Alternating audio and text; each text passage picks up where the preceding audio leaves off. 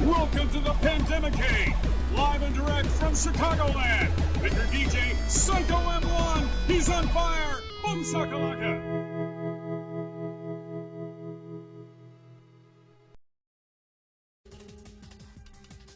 Hi, everybody. We've done it. We made it to Tuesday. Hi, my name is Joel, a.k.a. DJ Psycho M1, and you're tuned into another fantastical episode of Live from the Pandemicade. There we go. My private home arcade from my eyeballs to yours. Good evening. Good to see you. I'm back. Yes, I know last Tuesday did not happen. Why? What happened? Last Tuesday was a thing. Oh my God, I am sorry.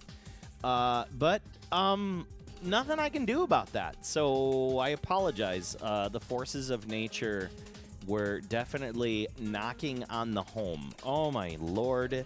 Let me tell you. Oh, hi Ginger Hemp. Look at that Ginger Hemp. He's decided to join us. We had some horrible weather that just like slowly crawled its way across Chicagoland, and it dropped literally 11 tornadoes in a 25-mile square area. It was square mile area. It was a thing. It was a serious thing, and there was an incredible amount of lightning and everything. And I just got to the point where I'm like, okay, dude, sorry. I'm not going to stream in this, mainly because I just don't trust lightning at all. Being an old school technologist, that's what I was looking for, technologist. You never really mess around with lightning, especially when it comes to CRTs. I don't know. There's something about it.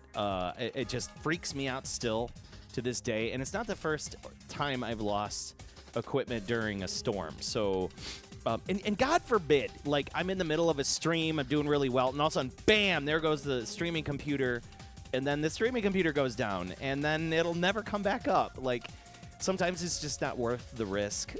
So yeah, we're back this Tuesday. Glad to be here. We did do somewhat of a makeup stream this last Saturday, which was fun.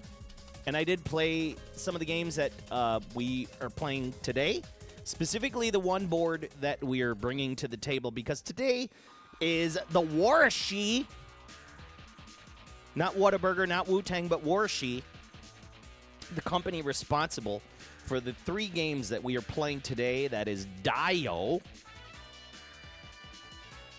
Sheinryu, and Sengeki Striker. Are you kidding me? What a lineup. We have the original hardware for all 3 original games from Warashi. It's awesome stuff.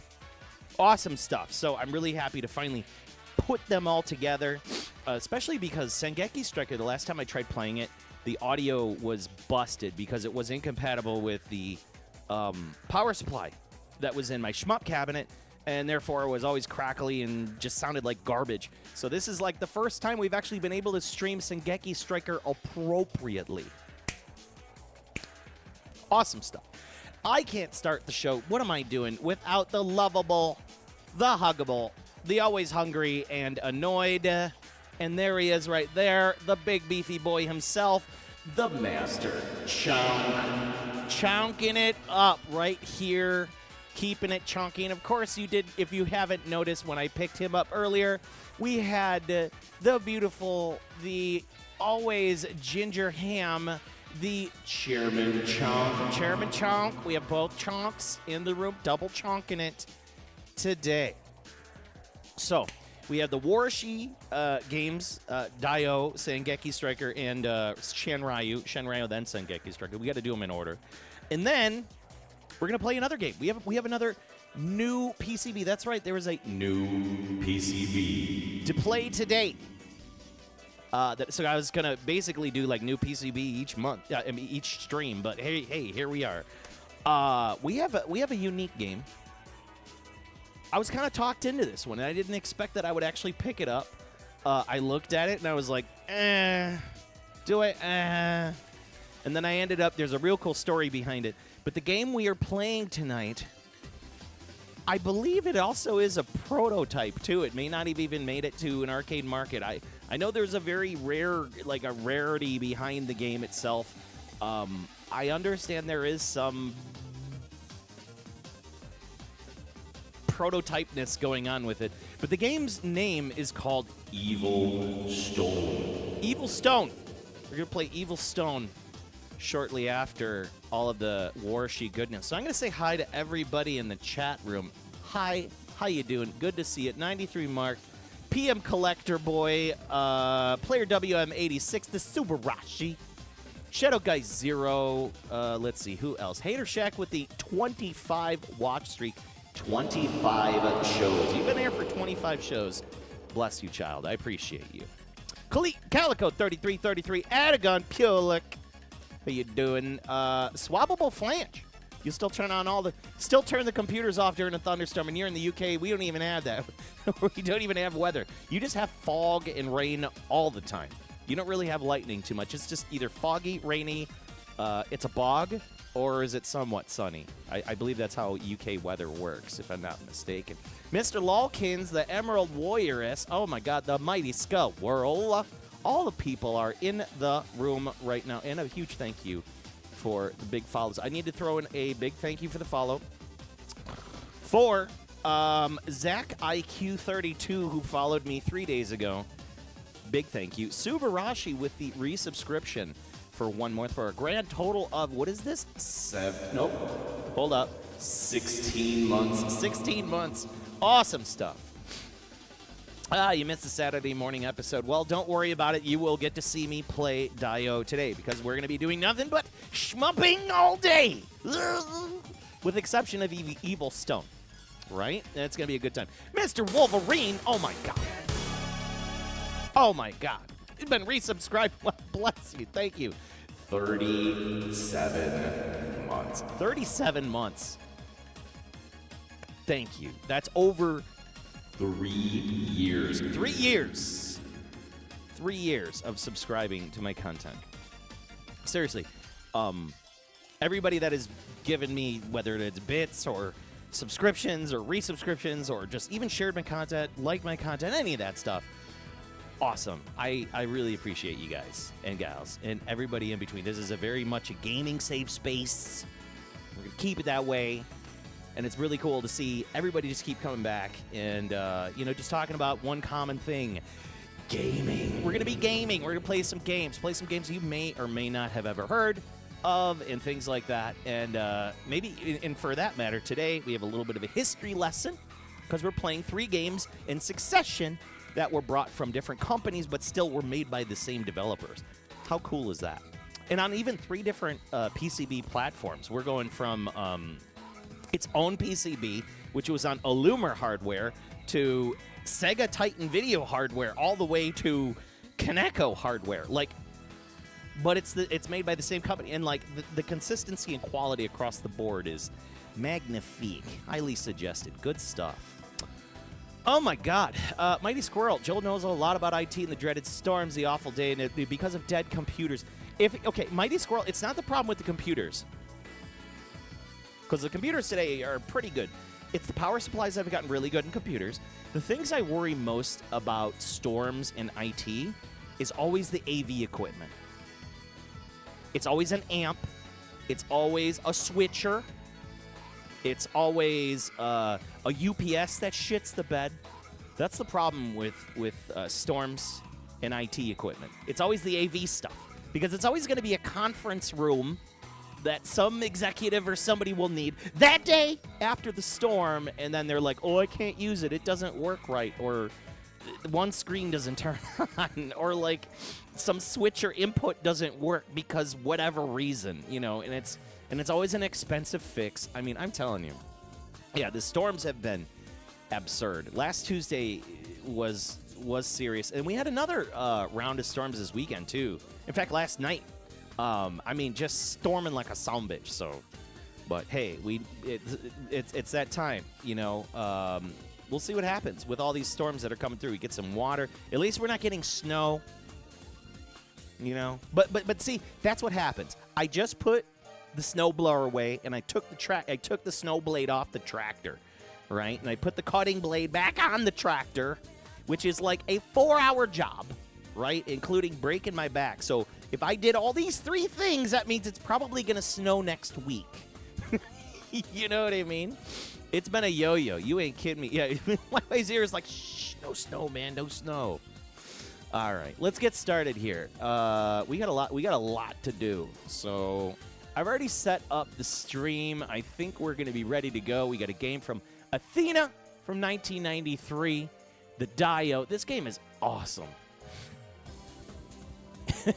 Man has confirmed, cursed us with more snow. Well, you got to do it at some point.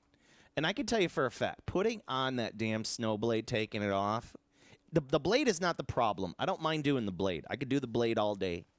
It's the damn cutting deck, because the cutting deck is like so many pieces, and there's all these like clips and things you got to put in. It's absolutely bonkers. Now this time, I'm using a laptop for confidence of signal, so if you see me looking over in this direction, it's just to make sure that I have the correct picture and image up, because I've been having this thing, and I'm still trying to streamline my feeling for this side of the room. I don't have access to my streaming computer on this side of the room. I only have this stream deck over here.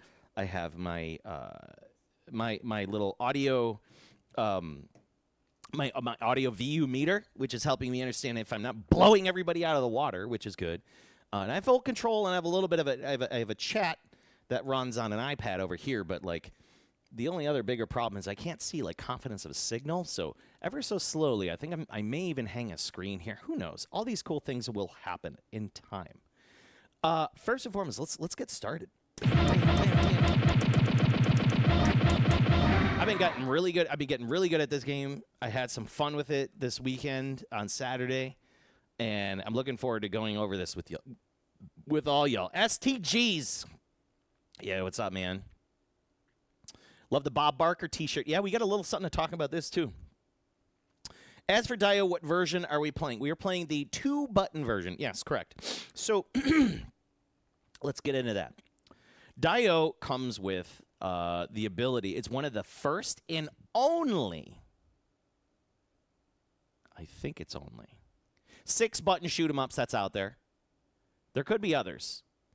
But I believe this was like the first, because this was 1993. And the gimmick for this game was that you could put it in a Street Fighter cabinet, and you can get away with playing it because then you don't have to trash the Street Fighter cabinets. I mean, there were tons of Street Fighter original cabinets out there. And, of course, this game was offered as an upgrade kit for those style cabinets. And it was like, holy crap, a shoot-'em-up game with 6 buttons. Are you kidding me? Japan didn't have the 6-button version. Japan just had the 2-button version, right?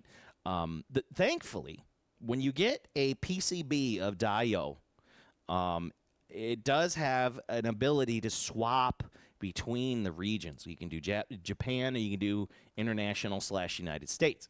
And it's I had to desolder two little spots on the board, and I put in a header, or you can put a jumper on it. And I'll show you guys after we're done with this and we switch boards.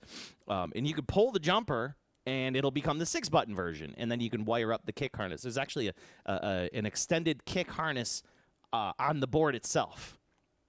So one of these days, with this panel in specifics, because I got to do it with this panel, because I got a coin button here, and I could do the 6 buttons here. Normally, I do a 4-button off the JAMA harness on this one specifically because I play Dodonpaki. DFK requires this 4th button for the boost. So I'm wondering if I could still use or somehow wire up like a split harness so I can plug in the Daioh for these other 2 buttons, because it changes the game differently. Like, there's more weapons in the 6-button version than there are in the 2-button. There's only 3 weapons in the 2-button version, and then there's ridiculous amounts of weapons. Even the bombs are different. It's really, really cool. Really cool stuff. Smash that coin insert. Great Scott. Shout out to the classic Atari Namco font. Yes. As for the Daioh, okay, we already went over that. Interesting to know. Thank you for that. So there you go. You got all of the detail. Would I use a CPS2 harness or 1? For my cabinets, all of my cabinets are standardized CPS2 connectors. So I don't fight with any other connector for additional buttons other than CPS2. It makes things easy. Every cabinet, every place I bring my boards to usually have CPS2 standard. And that's kind of how I roll. Like, it just makes things so much easier. You know what I mean? Everything, every single possible board that I can do it to, I convert everything to the CPS2 style. It's just like, bloop, pull it in, boop, pull it out, put the CPS. It's like, done, done, done. It's beautiful. All right, let's get started.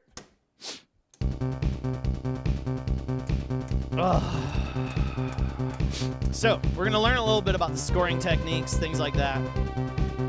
And the more I was playing this on Saturday, the more I really learned about its feature set, what it's good for, what are the best ways to score in this game. And the best ways are actually with one specific weapon.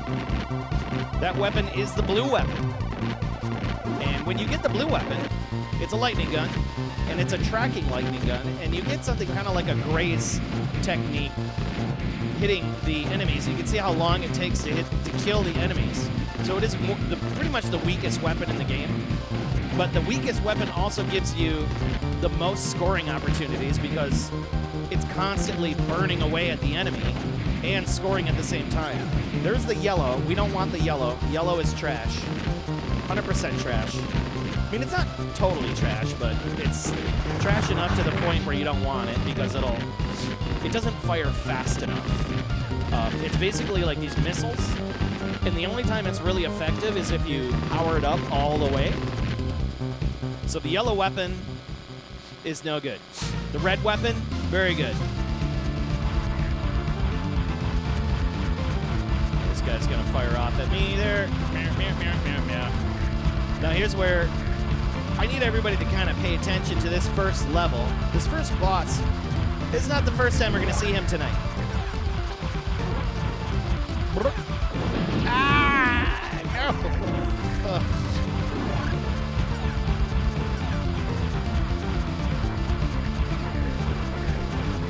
This game can get kind of hard. It seems like you get greedy, and that's what I get. I get shot in the face by this boss that's pretty easy to dodge. The greed. The greed's very real in this game.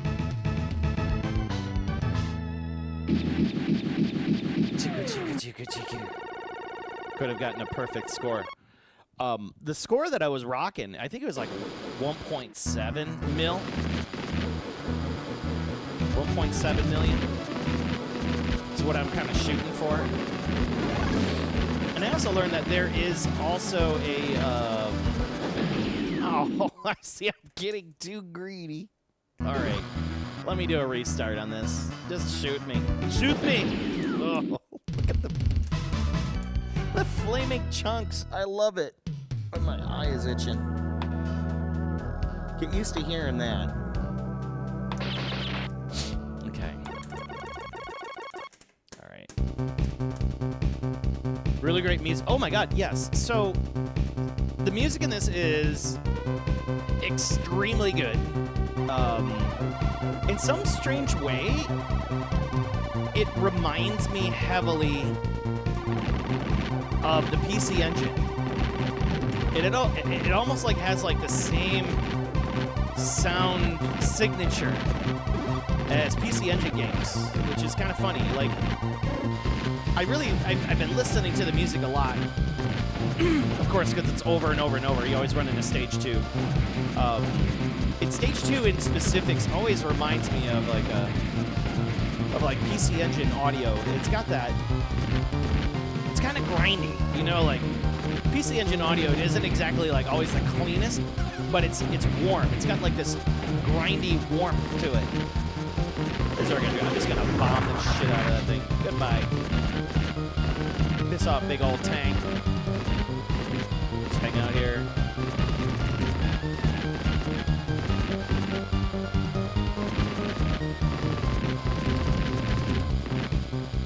Okay, much better start this time. Oh my god, allergies. Yo, you ain't kidding me. Poor Kelly had like an allergy attack like the last couple of days and she's been suffering. Everybody's suffering right now with those allergies. They pay attention. Fuck.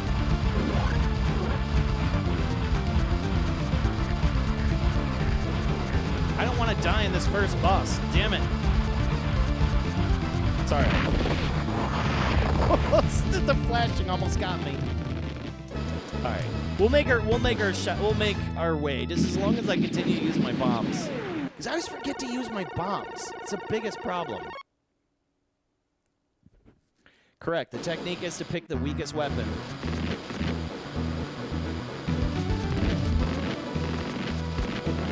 Oh, no. Sorry about that, Squirrel. I was just reading your comment. If you're playing the Boom Shakalaka game, you can't sell it. Boom Shakalaka! Kaboom! Yeah, freaking... That guy's awesome. Good man. Very good man. Steve Kitzrow.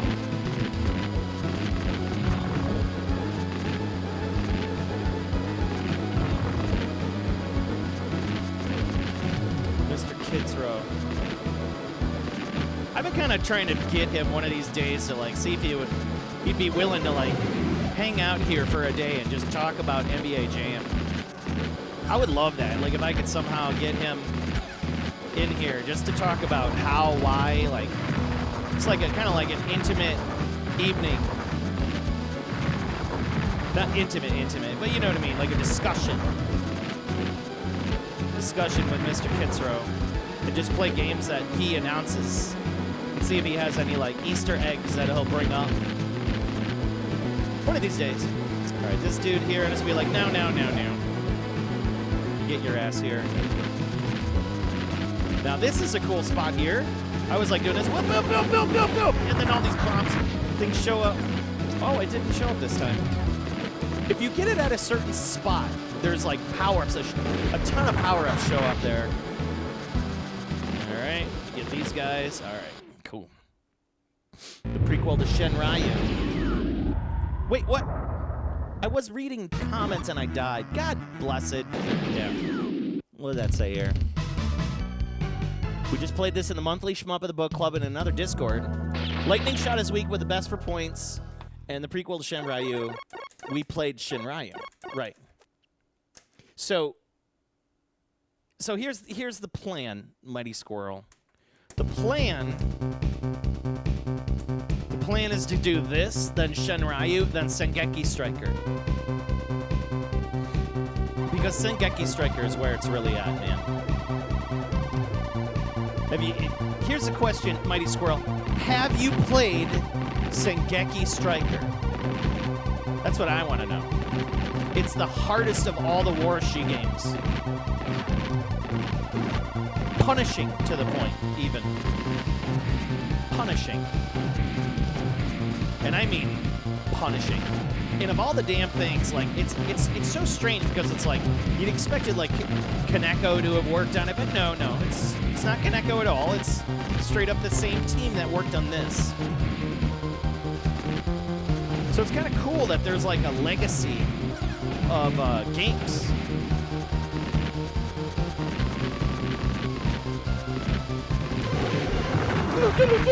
Suck it. Yes. These tanks, man. Let's come zipping out of those doors. Zipping out of those caves, those doors. You have not. Okay. Yeah, so you need to play Sengeki Striker.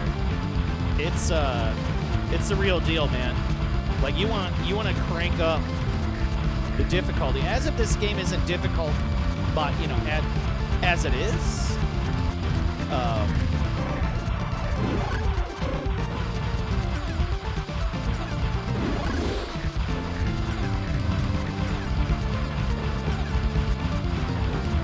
Try not to die this time. No more greed. No more greed. Yes, we did it. It's just the chunks. It's so nice.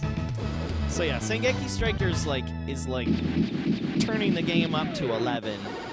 You thought it was hard now. Oh my god. What a beating. You take such a beating in that game. But you'll see. It's also got a great opening too. It's really nice. Really nice hardware. It really flexes the hardware. It's kind of like the final swan song for Warshi and Friends. Because I don't think they made another shoot 'em up other than maybe what I think it was like Trigger Heart Excelsia after this, or no, after Sengeki Striker.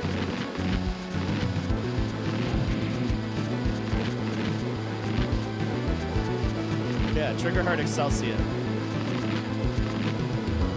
They didn't make too many games. I mean, they made a bunch of like Maihon games and shit like that.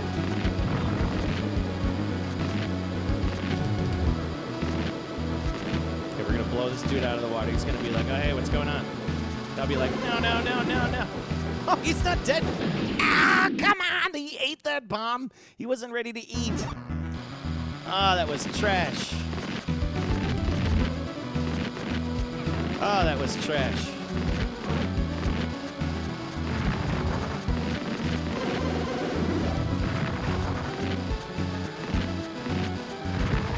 Just threw it back up in my face. We'll make it up. I can deal with like one death, but the second death, I'm just like, nah, that's it. I can't do it. You just lose so much.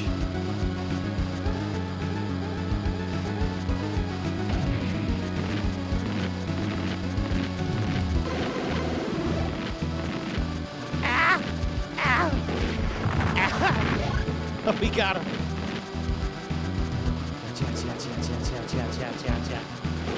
Yeah, piss off.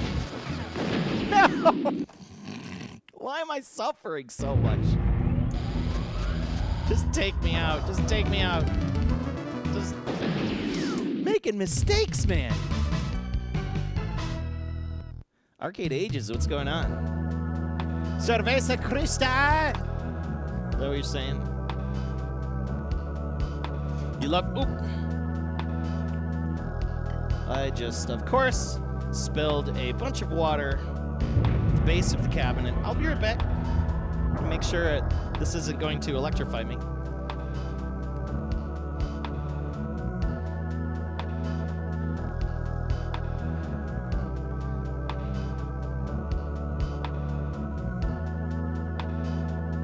Hey, there we go. Just a little bit. That's why I'm glad it's water. Oh, and it's all on my shirt. I'm gonna have like this cold spot all night. All I wanted was a damn drink of water. Shice.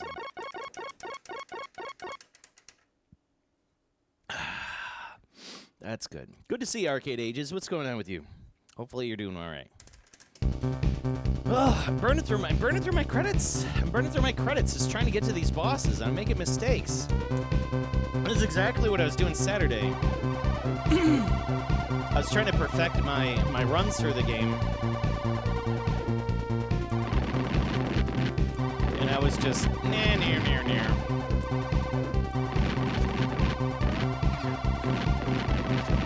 because without the electric, I can't get the good points. And if you get the good points that help get you the extra extents, you get an extend every 500 and 100,000. I'm sorry, 1,500,000, excuse me.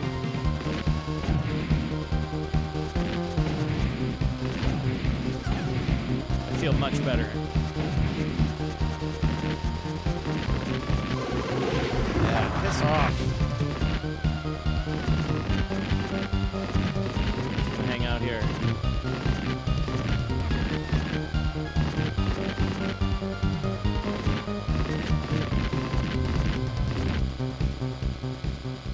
All you wanted was a Diet Pepsi. Indeed. Wouldn't you gentlemen like a Pepsi? Sure would.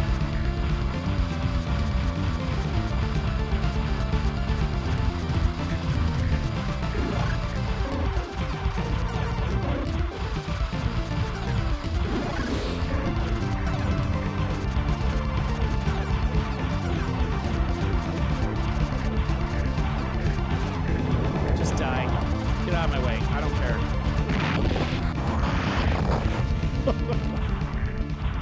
I love how that thing just detonates and there's like sparks all over its chunks and its head comes off. Like, that's just such a satisfying explosion. Is my game capture a bit off? I don't know. Is it? Try refreshing your screen.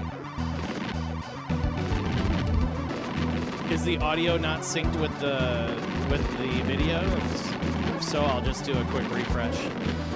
That usually fixes the issue.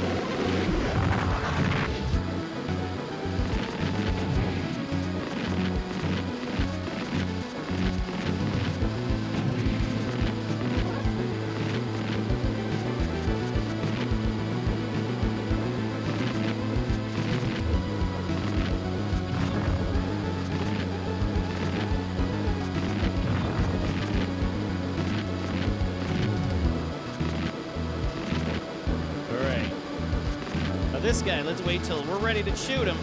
He turns blue. Ah, there you go. Now I can shoot him. What an absolute pain in the ass. That thing.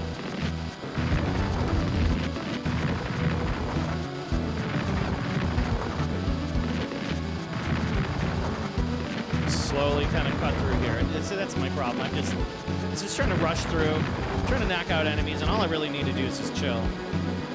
Something I'm not doing. Just chill. Don't fight that guy, just bomb him out.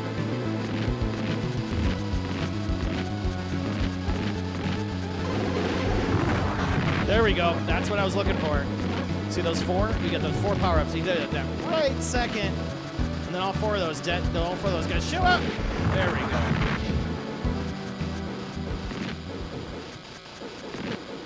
Stay out of the shot.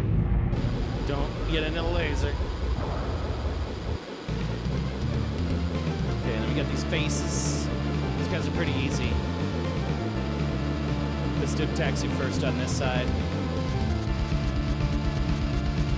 Just focus. Just stay on one side if you can. Ah, it gets too uncomfortable. Use your bomb, of course, in my case. I had failed miserably and allowed him to kill me. Which I'm like, here we go. He's easy, and I die. Damn it. Ah, and then his brain buddy shows up.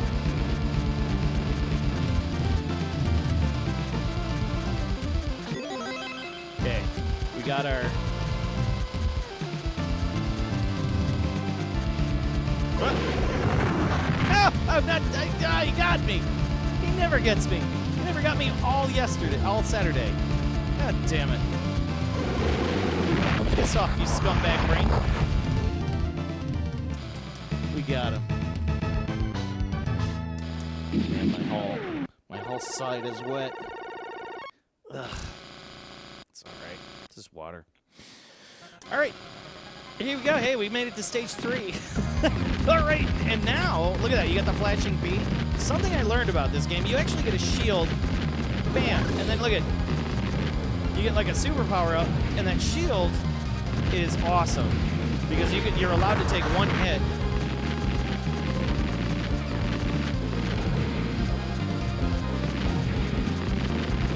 Which is really nice to get that extra shield.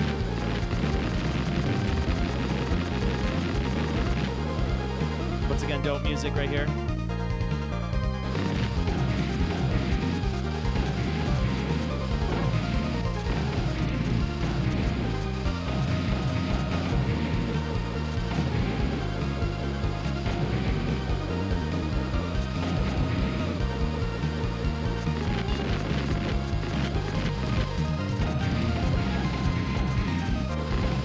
Look at that laser just doing its job.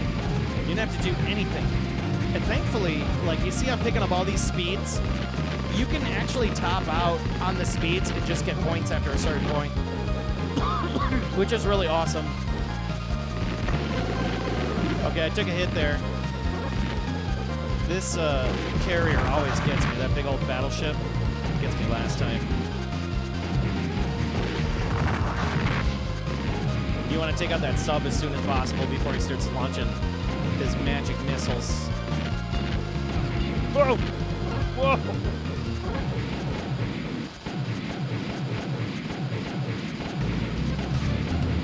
All right. Now it's time for the octopus.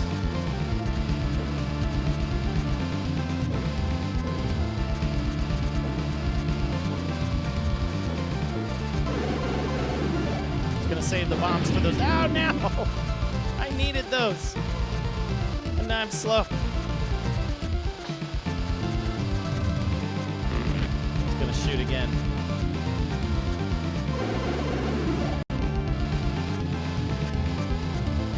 I love this boss. He's just so cool looking. Big old mechanical octopus.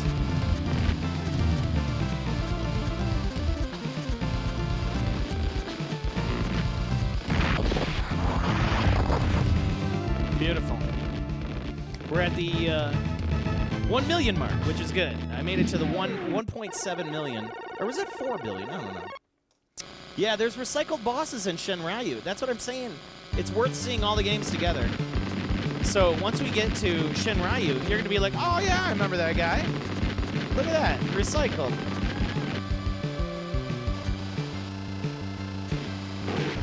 Oh, look at that. Get wrecked. That lightning was just like...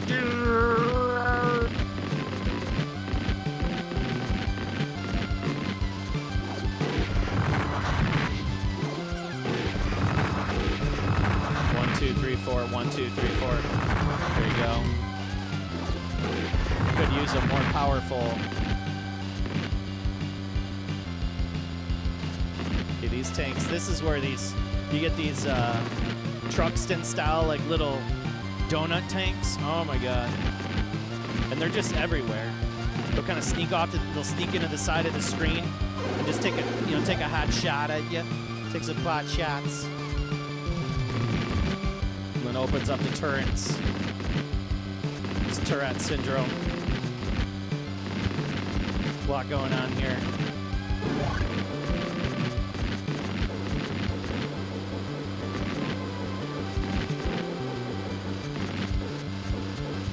These guys especially are really rough. You can see they fire like multiple bullets at the same time, like a shotgun. Oh my god! Stop! And they take forever to kill. Whoa! Back with the lightning. Oh my god! Those green guys are fast too. Very Truxton-like. Oh. Get you up on your butt. Start butt puckering. Try to take one of these out at a time, just like Truxton, you know. Try to control your enemy attacks.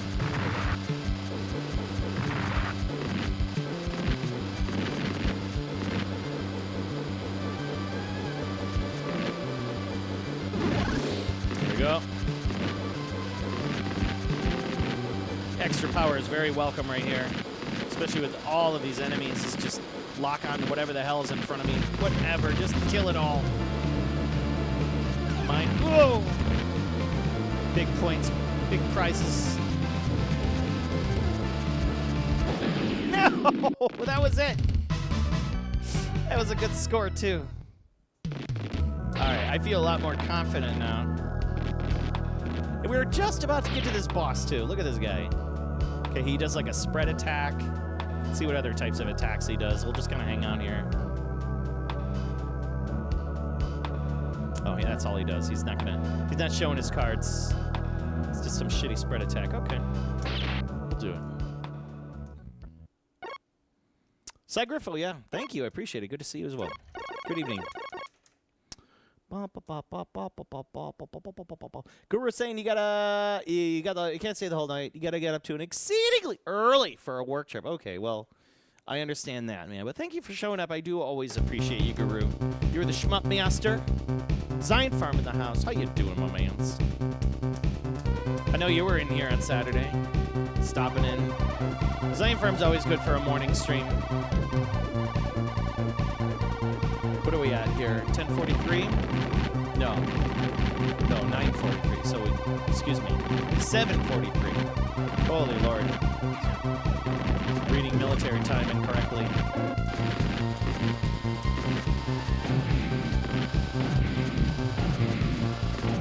Always, yes. Always. Good to see you. Hopefully, family's doing good. Mr. Zion Farm. The farm of Zion is doing well.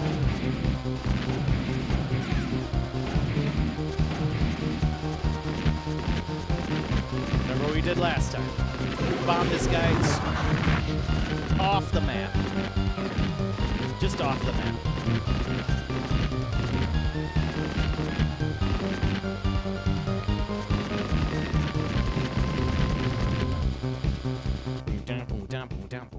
All right, here we go. Dodge this guy's first attack and then just try to take him from the sides.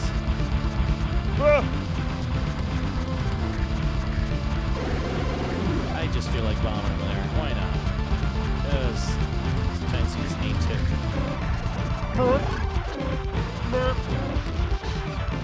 I got those missiles that I don't want.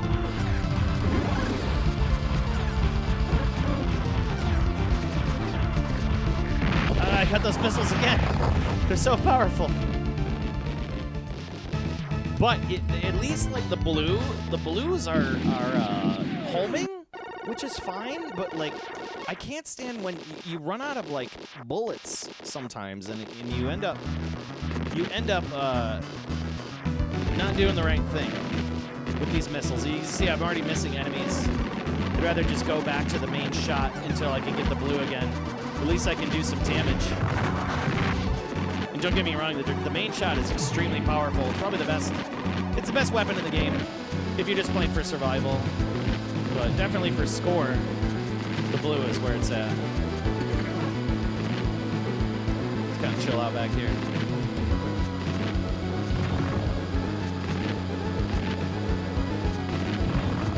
In the Ryzen games, if you type in sex, it says hi. That doesn't surprise me. There's always weird censoring of names and stuff, you know what I mean? That's been going on for ages. That's why I still do good old ass. It never fails.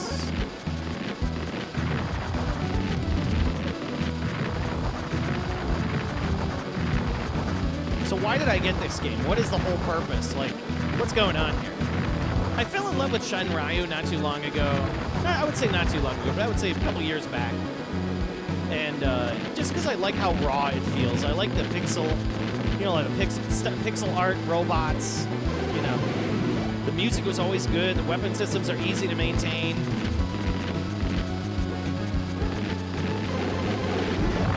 Got him.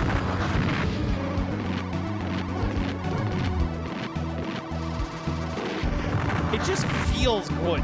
Like it just feels like a fun scoring game. Like it just feels great. Oh my God, 48K RAM. Yo, what's going on, 48? Good to see you. Welcome, Raiders. How you doing? My name is Joel.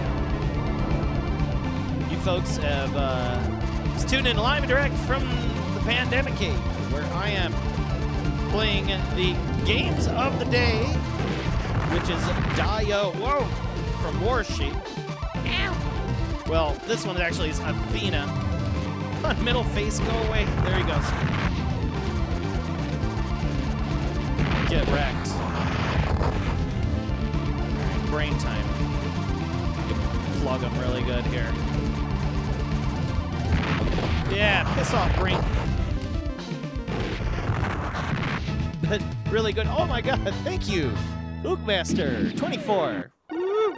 Yeah, we're playing some Warshi games. So we're following the Warshi timeline of titles, which this is one of them. Oh my god. All the bullets.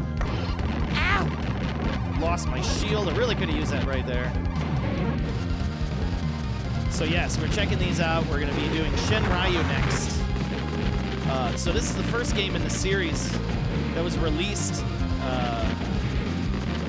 on Illumar hardware versus... it's interesting because the same company, the same group of developers developed the same style of shmup on three different hardware, arcade hardware platforms, and they all play amazing. So that's what we're going to explore tonight, including a prototype game called The Evil Stone. So for all those raiders that just stopped in and are interested in arcade hardware, stick around. You're just kind of checking out stuff, talking. I always just talk about whatever. I'm in. So glad to have you. Oh, I got pot-shotted. Oh my god. That was rude. Just going about my business and then you get one in the temple. Brutal. Okay, we get the... I did not want... Didn't, but I do want. I'll take that. Okay, this... Dude, what's going on? No.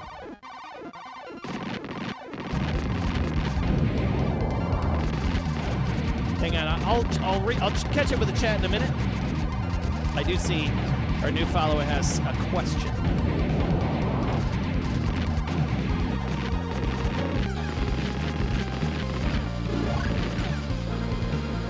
I'm assuming requests, shmup requests, I'd say REQs.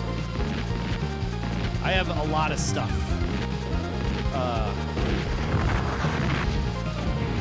A lot of hardware here.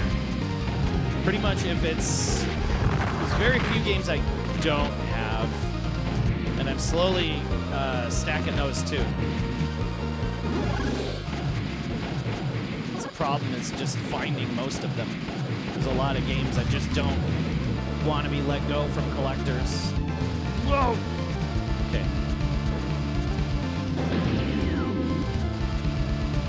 But I'm gonna have to fight him on the lowest power here. Making an ass of myself here.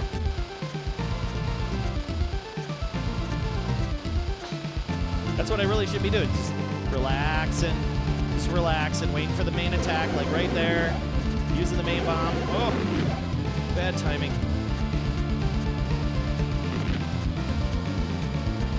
So why did I get this game? I ended up getting this game because every time I went to Galloping Ghost, which is an arcade near me, they have this, and I'm like, whoa, 6-button shoot 'em up. This is cool. And it turned me off for quite a long time until I read into the boards and found out that you don't need to have a 6-button cabinet to play this. And I ended up just like, oh god. I ended up finding a board really cheap and a really good specimen too. It's super clean, super duper ultra clean. Probably one of the cleanest board next to a lot of boards I have. This one's pretty darn clean for 93. Let's see here. Any shmup game requests? I have a Mayo Mini Plus, and you can run anything past the PS1. Okay.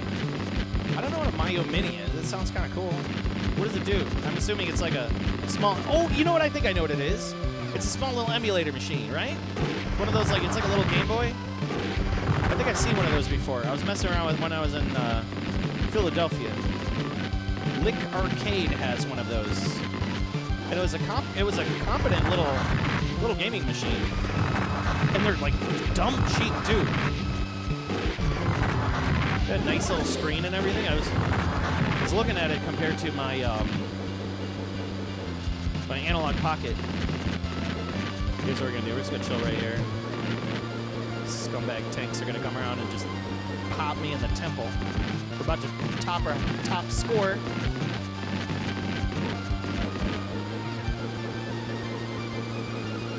We gotta pay attention here.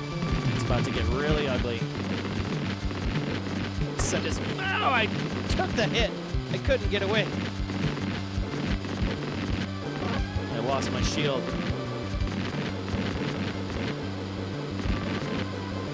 But shmup recommendations, oh my god. Definitely play this one. Play some Daioh, man. Oh my god, no. I was just short of the high score too. No.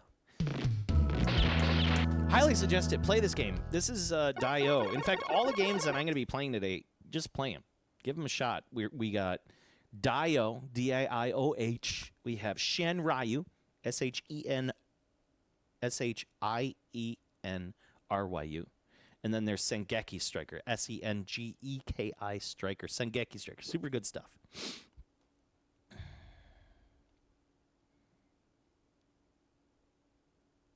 Seems like plenty of shmups in PC Engine and Saturn. Absolutely.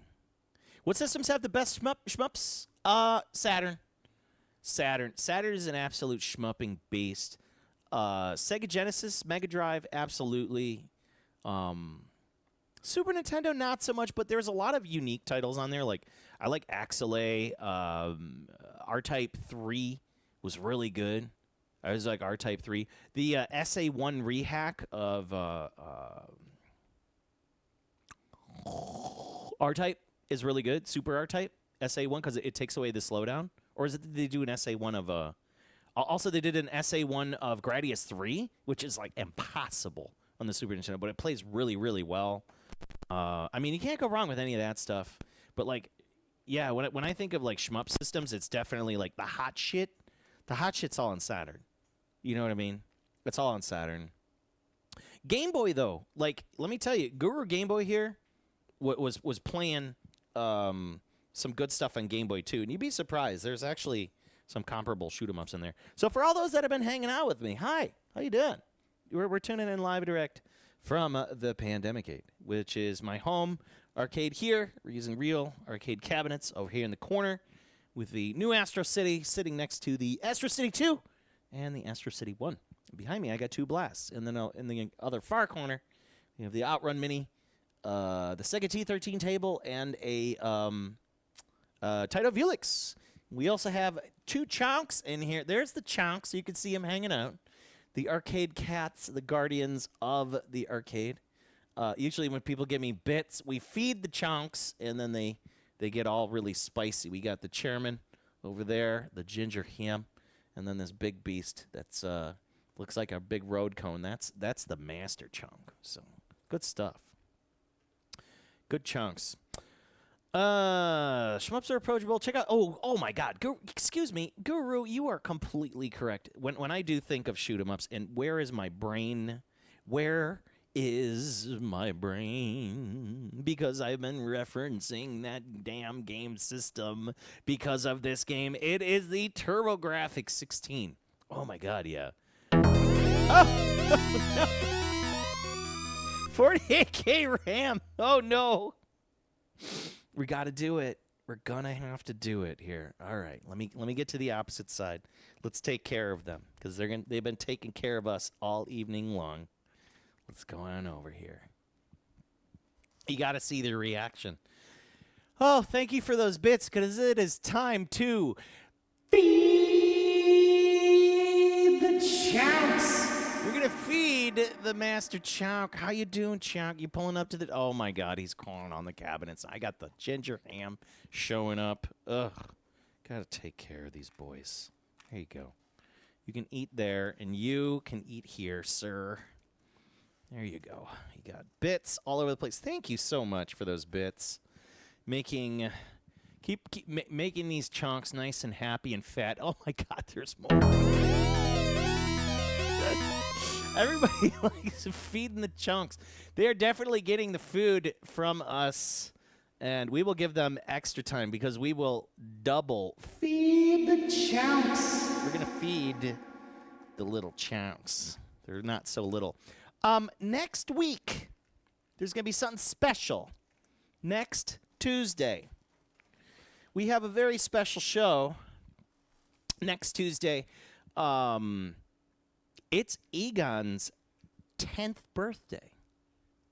So we're going to have the Decade of Chunk. We're going to have a whole thing. We're going to have a little slideshow of the Decade of Chunk. We're going to celebrate his birthday for being one of the best damn arcade cats ever. He's been on every single stream for the last 6 years. So think about that. Half of his life is spent streaming. I think that's just insanity. Such a good boy. Good undercarriage there. Oh, sure is. He's got some good color to him. It really does. Thank you for the bits. Really, both of you, J.K. Mason and 48K Ram, humongous. Thank you. Will English, I see you, brother. How you doing? Let's put these bits back. Right, we got the chunk here. He's just such a good boy, such a happy. But both of them, they're both just happy. Very happy, very happy. All right, so back to business. Let's get one more good run of Daioh in, and then we'll change it up and put on a new game, yeah? How about that? So, humongous thank you for everybody hanging out with me today and my little arcade stream here. Let me get some water.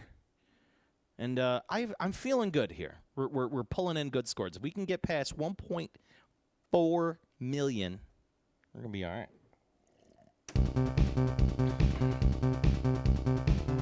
That's satisfying.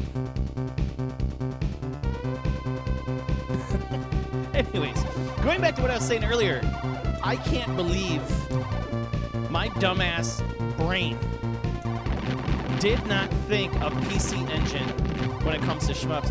Blazing Lasers is a wonderful starting shoot 'em up. I mean, Compile made some amazing games. And the funny thing about Compile shoot 'em ups is they're almost kind of all the same. I mean, from their little jingles and all the things that make Compile shoot 'em ups so great. I mean, I always think of Gunnack when I play a good Compile shoot 'em up.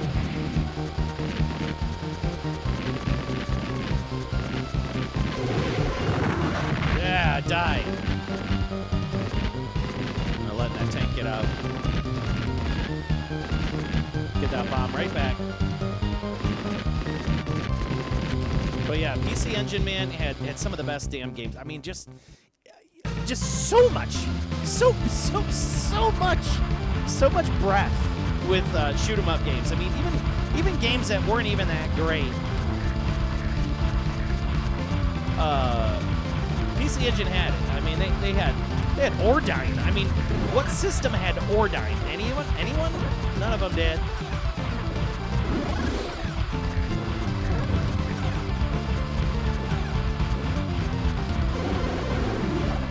That was scary. I should have died there.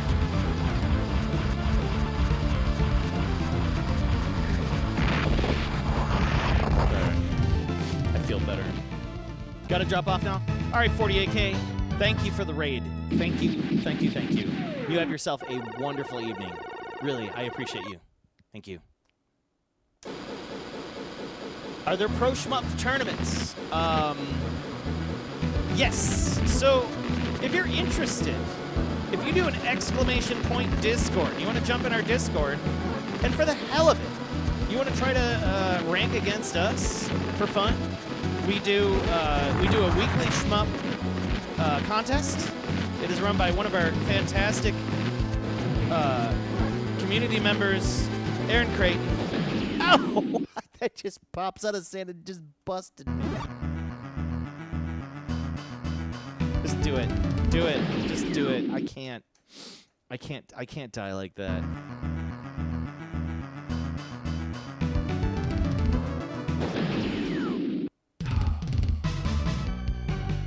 Yeah, I can't go out like that. I'm not going out like that. Oh, I did it again to myself. Damn it. Shoot me in the butt. Bam. All right. Let me get to the let me reboot the game here. I want one more good run. One more good run. And it's nice because it's preparing me for the next games because all these are pretty much the same, which is fun. Yeah, so exclamation point Discord. They do a so we have in my Discord that I run, right? We run a weekly shmup contest and we choose a game and we get about maybe 5 to 15 people per week. And then we just rank each other. It's nice because like nobody bullies each other or anything. It's just more of like, hey, let's understand this game. And each week we dive into like the scoring mechanics of each game and or how we can just be better at it. And it's kind of fun. It's like a book of the month club, but instead it's like book of the week, right? Easy to do. And even if you don't do great, like, you'd be surprised. Like, I was playing Bat Rider in the last one. We did Armed Police Bat Rider. And I ended up getting, like, second from last. And I'm like, okay, well, at least I know I'm not horrible at this. Like, I'm still pretty good. Like, I'll take it. So, it's... You may not be the best at it, but, like, don't fret. I think that's what makes you stronger is because the different variety of games that we play, like, each week, it gets you to playing stuff you never played before. And not only that, but then you really start to understand some of the basic mechanics of shoot-em-ups. Whether it's a charge mechanic, it's an auto shot. Like, what are your strengths? What are your weaknesses? Like, for me, my strengths are manual shoot-em-ups. Like, where I have to pound on the buttons to get the bullet shots, because like I can do that good. I notice I can pretty much outpace people and stuff like Fantasy Zone and Truxton and stuff like that. Just with my my fluttering, of course, but yeah, it's worth it. Stop on in. I would love to have you. And even if you're just there for the shmup contest, which like a lot of people are, it's funny, we had a good influx of it. I think it was like the last 2 weeks. It was when we had Ikaruga, which I just could not get the time to get into, unfortunately. He's going to shoot. Can he move?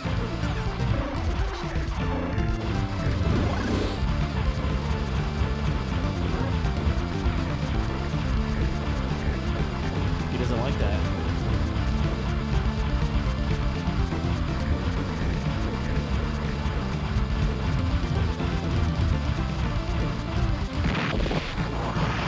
There we go. All right. Much better. Much better start, too.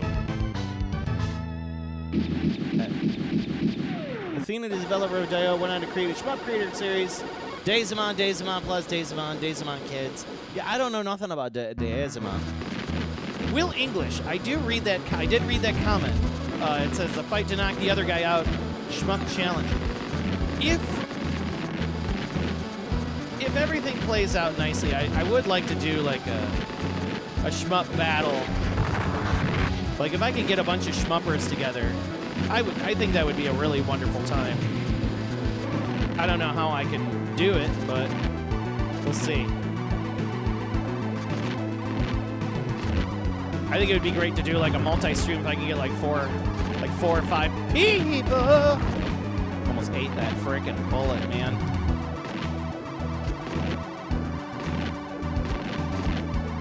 Place just like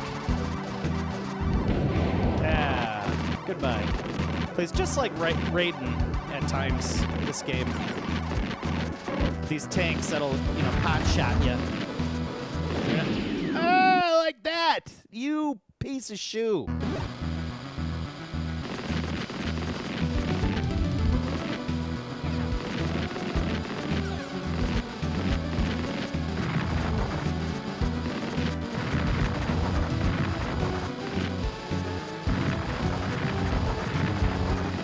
God, that turret wouldn't go down.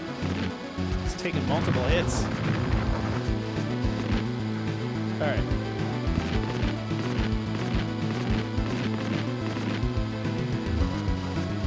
Yeah, so I saw that you... Oh, Guru, yes, we're going to do that. When you're in town, we'll do another shmup duel. You know you're already welcome here. That's all we do. We're not done, Guru. I love... When Guru was here, we had actually a really good shoot-'em-up battle between both of us. In fact, you can catch the replay of Guru, Game Boy, and me on my YouTube channel. Go to !YouTube in the chat, and you can pull up my YouTube channel, which is wonderful. And we have one of the episodes that you just search Guru, and it was an awesome episode. We had a lot of fun that day. I think the Vapor Trail was the most surprising game.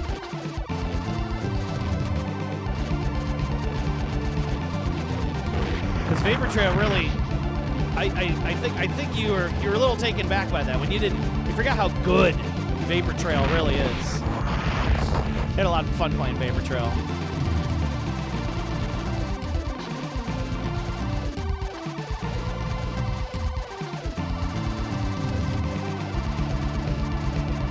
Dude, why are you dying? Why are you dying?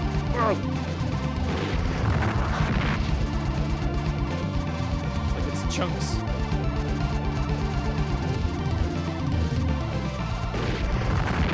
Yeah.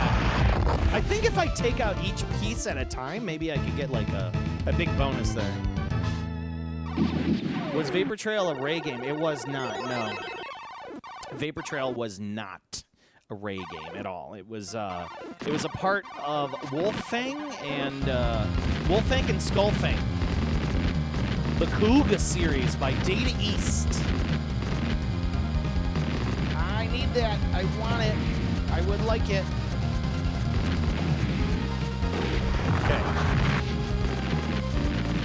Yeah, so if you're familiar with Data East and Vapor Trail, you can find that on whoa! There's a very competent version on the Sega Genesis / Mega Drive.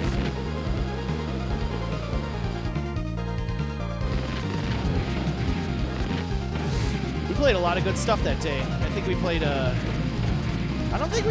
trying to think what other games we played that day. Guru, you would know better. What games did we played Vapor Trail. I think we played Mushihime Sama.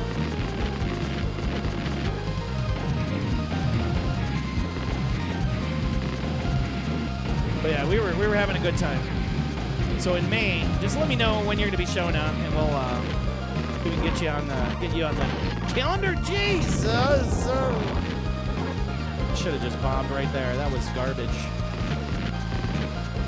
You lose your shield.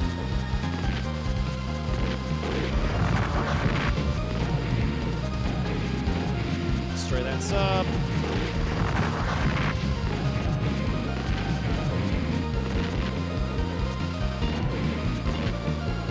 You got the list there. Read that list in a minute.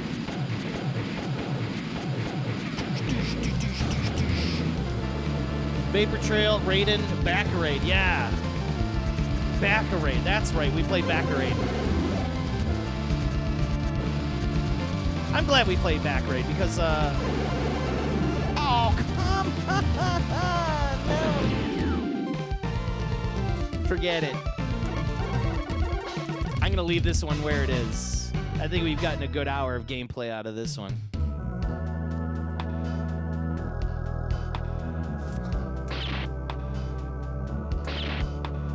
Bath. God damn it. I got 1 credit in me. It says 1 credit. We're just going to do it. It says 1 credit. We can't just leave it in there. All right, that's it. This is officially the last. You did kind of destroy me in Baccarade, that's for sure. Baccarade was good. Backerade's always good, man.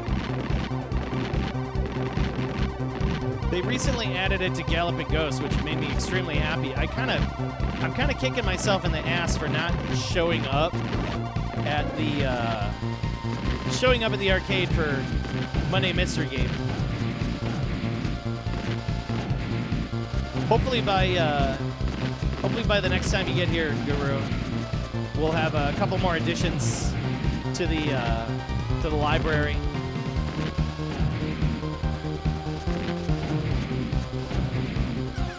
It's always a good time in Chicagoland.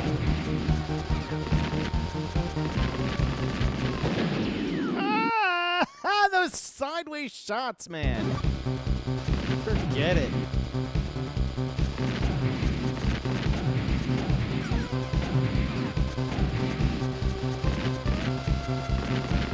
Just get out of here.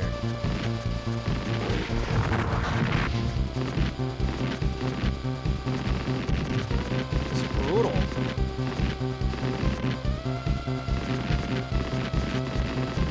I just hate losing all those bombs, man. Lose all those bombs. Wait, there are other games that aren't shmups? No. There's a lot of I have, well, to say the least, my library. If you do exclamation point game list, I have updated the game list so you get an idea of what we got going on here, hardware-wise. And I got a lot of stuff. So there's a game that I do have a lot of I do actually have non-shoot-em-ups.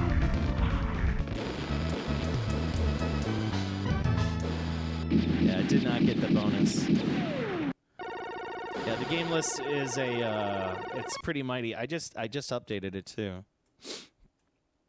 I updated it with all the Sengeki games that we added with the multi, and I'm hoping soon. I was talking to my dude. Looks like we finally will get a hold of that Jalico system. I think it's System 1. Jalico Mega System 1 or whatever the hell. Finally gonna get that damn multi. It's been taking forever to get that guy. So we'll be adding probably another quite a few games to the collection with that one. Really looking forward to it. I think we have plus alpha on that. We're gonna have Saint Dragon. A couple really good heaters, man. Looking forward to playing Saint Dragon personally. I really like that game.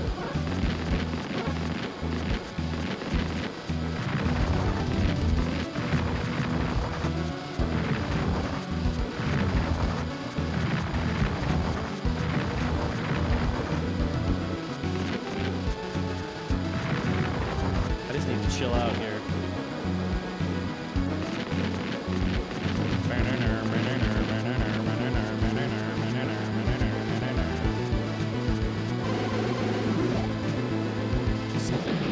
Are you kidding me?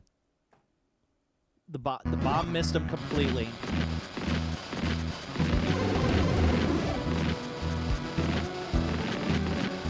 Oh, I'm dead.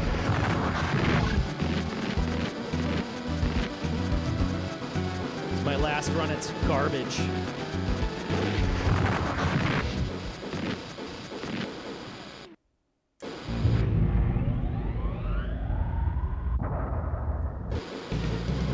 Are shmups my fave, though? Yes. I would say so. I mean, fighting games are one thing, but I do love shoot-em-ups, man. There's just something about them. I think it's more of just the challenge, it's constant challenge. Ah! Failure. Because every time I come back to these games, like, you know, like, it's either I'm really good at them or I'm not.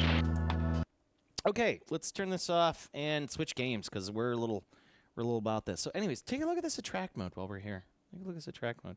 Got a little ship, and it like goes up, and you know, thing, and it takes off. It's kind of cool. It's good looking attract mode. It's annoying. So I have the audio turned off on it. You got the big robot. It comes up over the planet. It's like, I'm gonna take this planet. It's cool. Big robots and spaceships. Sheinryu. Okay. Or, I'm sorry, Daioh. Excuse me. Daioh. We're about to play Sheinryu. Where's my brain? Okay, so let me turn this thing off if I can find the damn power button. Here we go.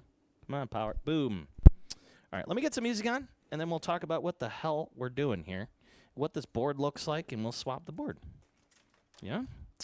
Good stuff. Oh my God, Ice Note, the resubscription. Thank you. Humongous, thank you. Okay, so next game. Let me pull it from the collection here. So all of the games, before we play them, I have to test them, pull them out, all the stuff. Let's see here. Got some Rainbow Road music. Hopefully Nintendo doesn't come in and start suing me. All right, let's take a look at the Daioh, and then we'll show the drastic difference in hardware styles. Okay, just careful. Stay. Good. Okay, Daioh, what do we got? All right, Daioh is on Illumor hardware, which is interesting stuff. Looks like this. And, again, this was one of the first 6-button shoot-'em-ups. I don't know if there's been others ever since, but this little kick harness right here is normally you would have buttons, up, down, left, right, and then A, B, C. Some JAMA harnesses go up to D for 4-button, but this adds the additional 3 buttons right here. So I would have to build a little harness that goes to those other 3 buttons so that we can play it 2 players. So this hosts 6 buttons total, for 3 for each side.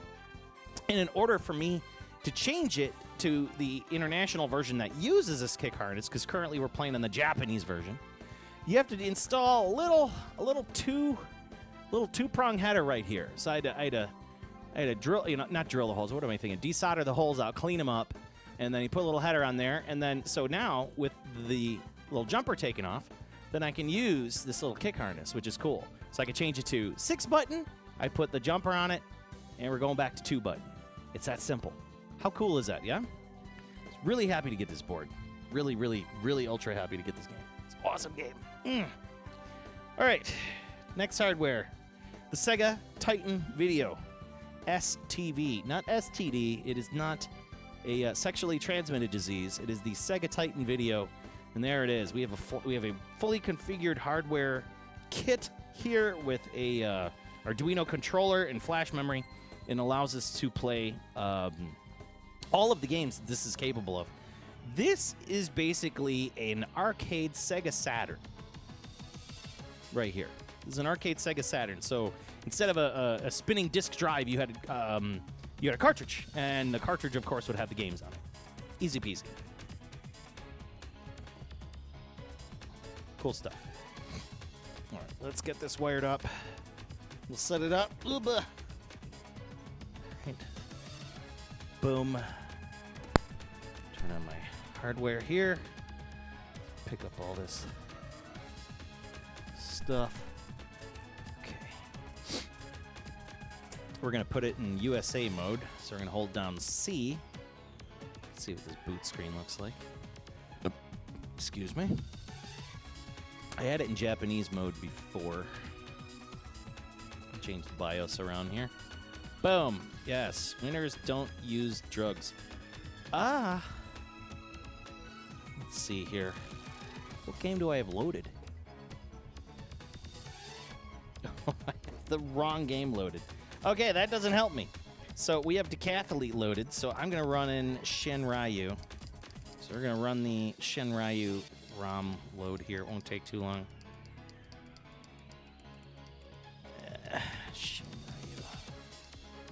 Shanghai Sheinryu. Boom. And it's going to get a little loud here. I better turn it down before it blows us out of the water. I can get this board put away too. Give me a minute.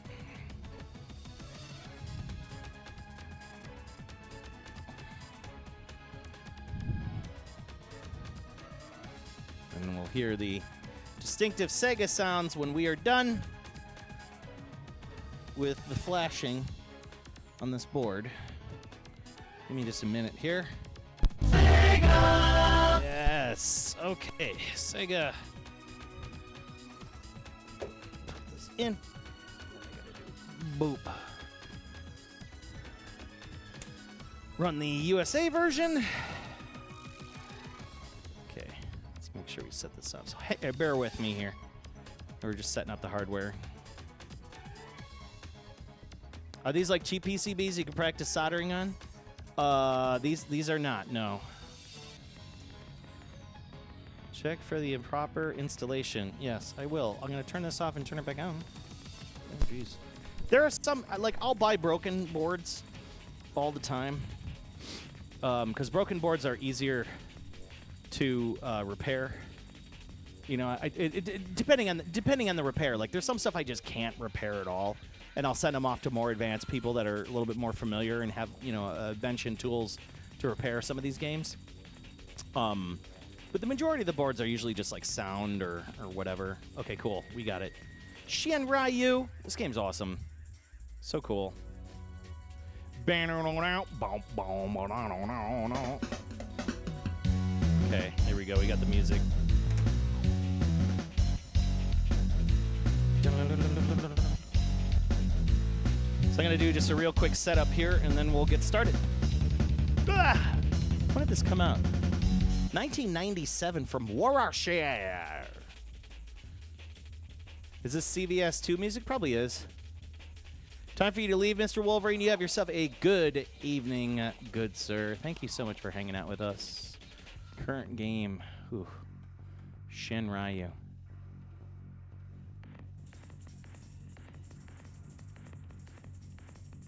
Sheinryu, Warshi, 1997. Ciao, ciao, ciao, ciao, ciao, ciao. Okay, I think we are ready to go soon here. Just gonna double check and make sure that we are all ready to go with the scaler. So we get a nice clean picture, and then we'll start. Once again, my name is Joel. Glad to see you folks. I am messing around with some real arcade hardware today, as we normally do every single Tuesday, 7 p.m. Central, here on this wonderful channel. Glad to have you. And look who it is. It's our first buddy. It's our first boss buddy. There we go. Let's use this. Yeah, I highly suggest you guys play this game. I almost, dare I say it, I almost made this, God forbid, it was close. It was really close. This one almost became, hang on here. This one almost became Shmup of the Year. Oh my God, I love this game. I love Sheinryu. It's a title I think a lot of people forget about. And it was actually on, like, I think it was on PlayStation. And it definitely was on Sega Saturn. Because I did play a lot of it on Sega Saturn. And then once I finally started playing on arcade, I was like, oh my God, this is it. This is the game. This is the game. This game's awesome. So it's just more of an advanced Daioh, essentially. You know what I mean? All right. Yeah, definitely on PlayStation. Okay, so we got it all set up. Let's do one more quick reset of the scaler, and I think we'll be ready to rock it. All right, we're good. Get some water here. All right. Turn this volume down. I don't even need it. It's just causing extra noise. Time for you to take your leave. Okay, we already said Mr. Wolverine. Just double checking the chat here. Death Dread in the house. What's going on, man? This game was on PS1. For the US, it was called Gekio Shooting King. I forgot the name of it. It was a very specific name. Okay, let's get started on this. We got it set for free play. You can see that the hardware is pretty powerful. You know, you're going to see a lot of scaling, rotation effects. I'm almost wondering if there is a setup for this for, hang on, I'm going to check the test mode real quick. I just want to double check the test mode and make sure we are, there we go. All right. Sheinryu. All right. Good morning. Oh, thank God we can use this. Some of the Sega games you have to hit the stupid test and service buttons to like go through the menu. I can't stand it. Difficulty. Okay, we are in 1, 2, 3, 4. Yeah, select with the service button. It's just so annoying. Okay, so we can do a grand total of 4. So we're going to do 4 and test button. Got it. Boop. I just want to double check to make sure we were in the trigger speed. That's what I want. I want this one. 15 times a second. It helps you with your shot. Advanced sound volume. I don't know what that is, and we're just not gonna mess with it. Okay, I feel better. I feel much better. All right, I'm gonna reset the scaler one more time because this board tends to do a bit of a strange resolution glitch that screws with my scaler all the time. I usually just turn it off, turn it back on, and it syncs. More for audio sync. When I'm trying to capture everything appropriately. Just trying to capture anything hardware-wise is just such a frickin' pain in the ass. But, yeah, so. But, yeah, the game Sheinryu originated in the Sega Saturn hardware and the Sega STV. Where can you find my game list? You just do ! Game list. Guru Game Boy says, Daioh isn't as good as Sheinryu, but if you have all the access to a PS1, it's still worth playing. So there you go. All right, let's get started. I feel much better now. A little bit of better auto fire on this. So I'm not sitting here just like, look at that, that's much better. There we go. I feel a lot more safe. Although I'll probably just end up using the electric weapon. I'm assuming the scoring mechanics for this operate the same.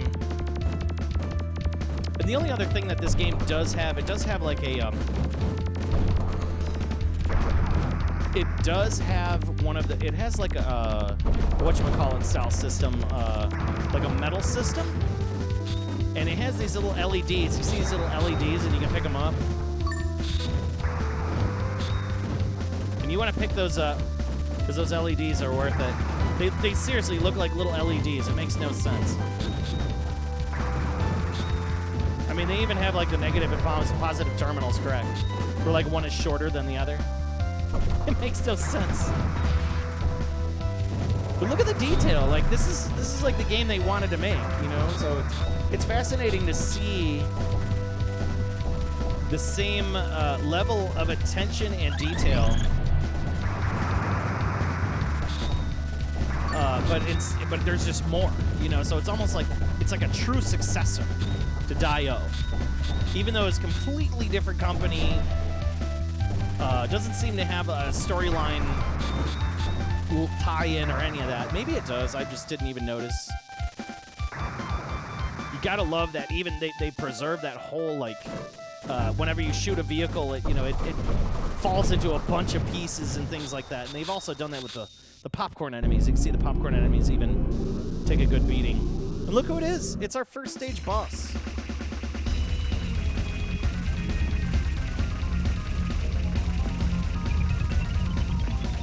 Except this time, he's got a laser weapon. It's just a little different.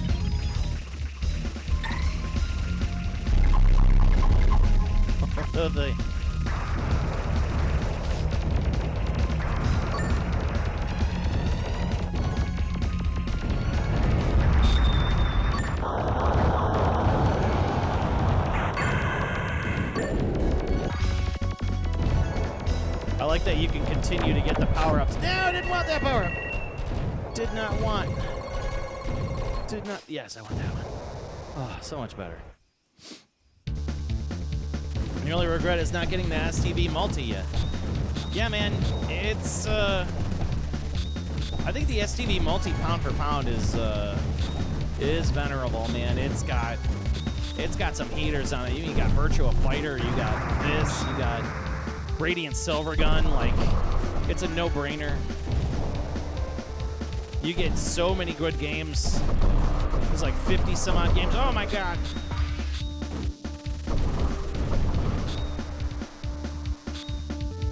50 some odd games, something like 53 games. But like not all of them are playable. You know, they have like stupid like print club games and stuff that you can't touch. But like at least it's still available. Whoa, I almost friggin' ate that bullet.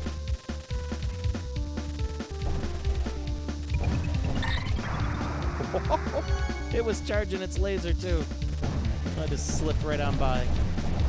It's that beautiful charge sound that blah blah blah blah blah blah blah blah blah blah.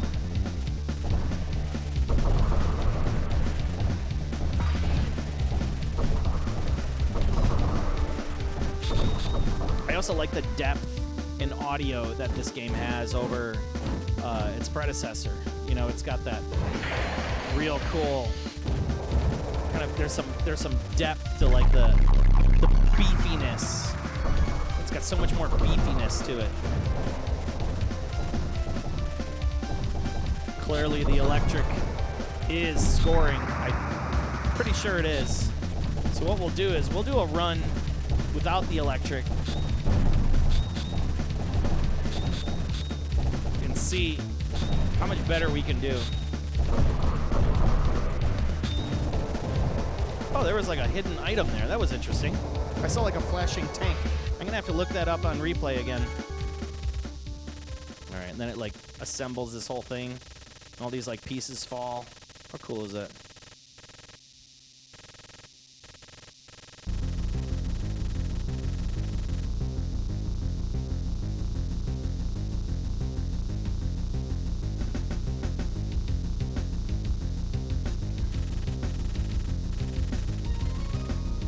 Okay, I have all these bombs. Use them.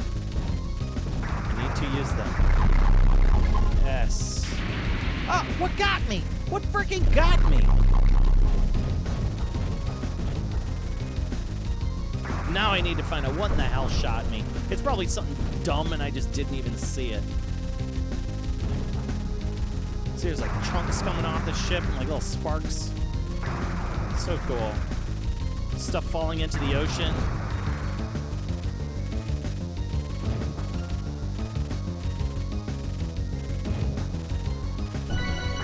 Hey, free guy.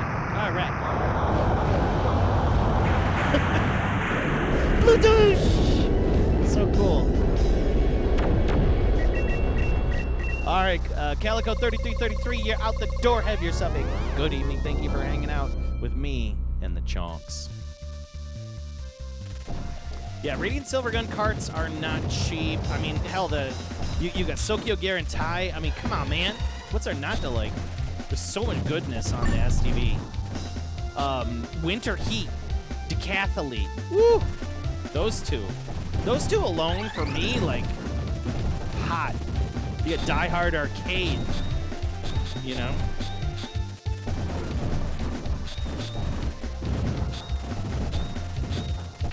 Whoa! Ugh.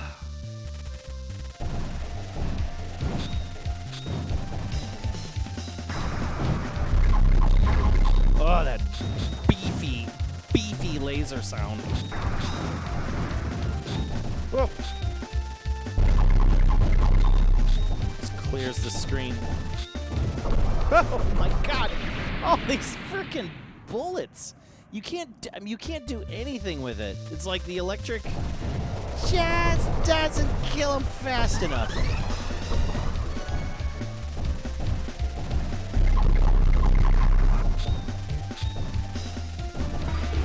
That bomb.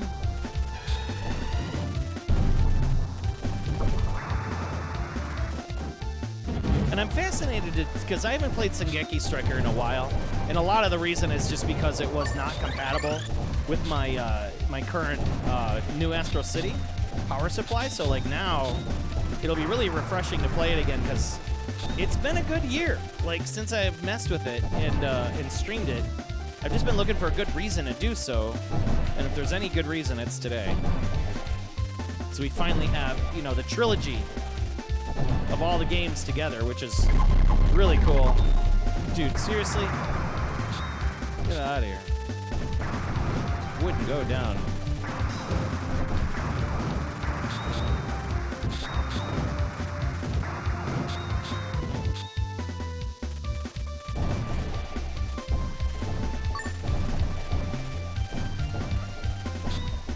bomb here. Very nice. You gotta love the layering going on this too. Like there's, you know, all of these different facilities and like we're like this like exotic sub-pen situation going on here and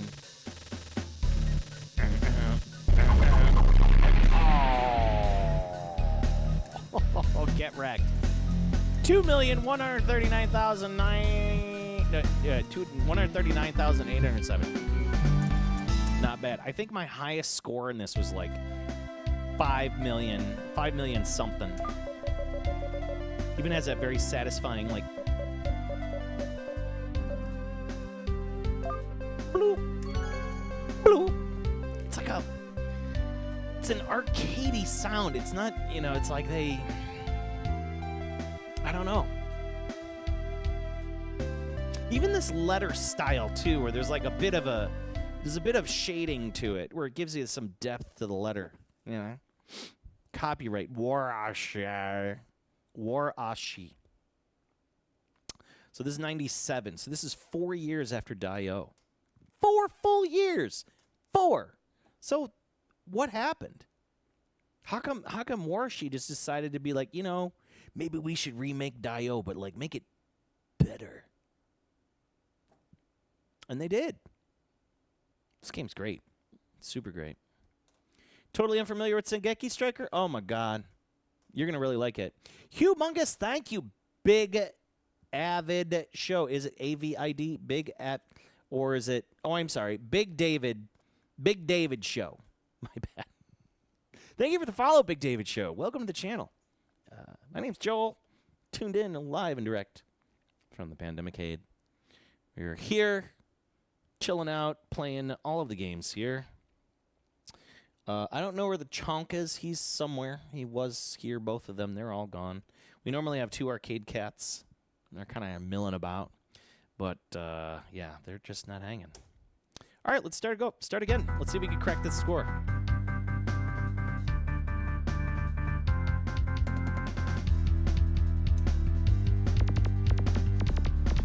So, Mighty Squirrel, my question for you. What's your end goal? Do you want to have, like, eventually want to get, like, cabinets? Or do you just want to keep doing things with your little roll-your-own arcade? Because I know, Mighty Squirrel, you set up a really cool thing before that, even that Quanba thing, that Quanba table. It's a pretty rad table, man. How you set it up, like, where you have, like, your inlay for the Sega,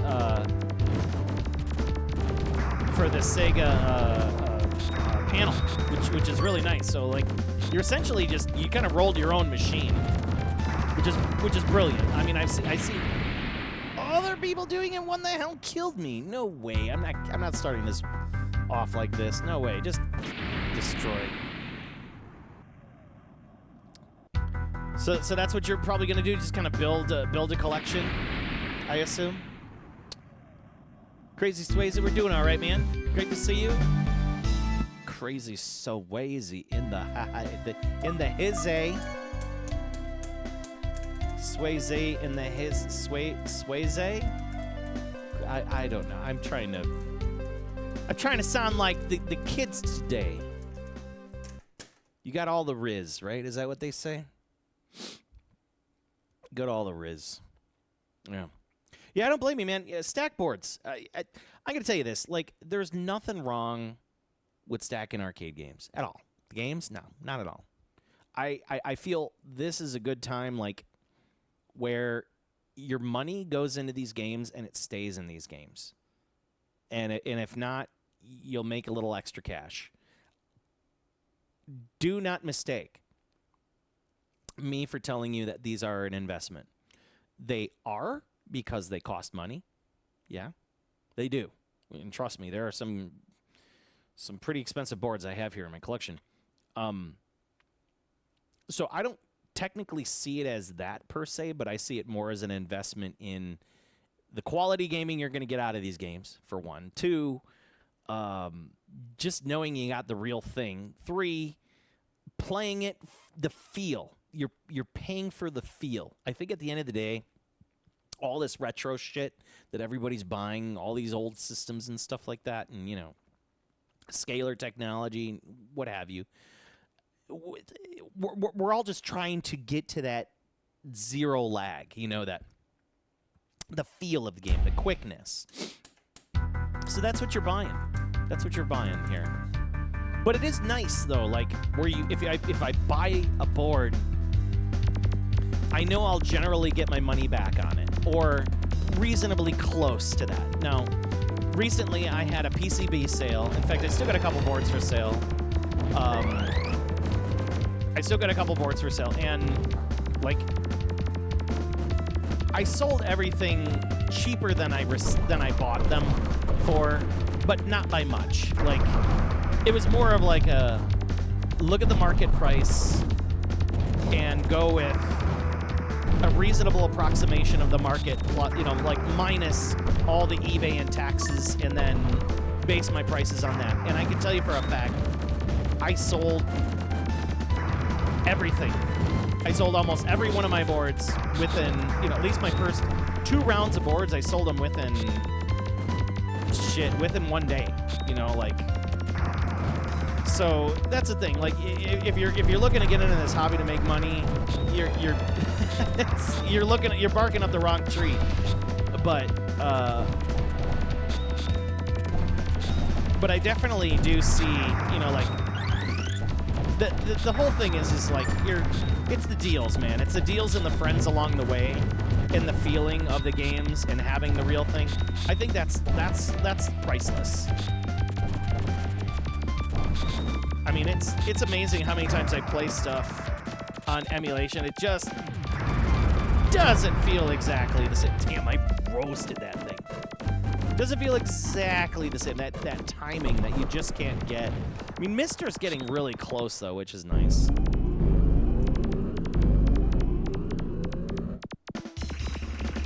You swap out the TV with the CRT VGA monitor, and it's on the Super Gun. See, there you go. You rolled your own arcade cabinet. That's the smartest thing to do, ever. I still think that was the greatest idea ever. That's one thing, I like seeing what other people are doing, because in our Discord we do talk about like our gaming setups and how we're building things out for ourselves. Oh my God, the laser again! Got me with that scumbag charge laser. That thing does have some aim to it, doesn't it? But it's nice. Anyways, going back to what I was saying, it's nice to see what other people are doing, and especially on a budget too. Like gaming on a budget, or roll your own arcade cabinet on a budget, I think is probably the best way to put it. Oh my God, I just sucked bad there. Isn't Mr. exactly the same? Yeah, nay. Nice to be able to sell the boards to get by other ones, yeah. Did I find all my arcade cabinets in the USA? The majority, yes. But, I mean, they all came from Japan at some point.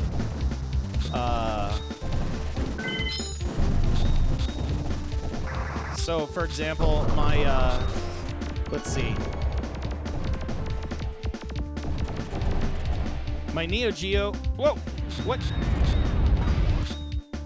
Why don't I have a shot? Oh, that was weird. It's like I didn't have a shot there for a second. It was really strange. I had to bomb myself out. My Blast City I ended up getting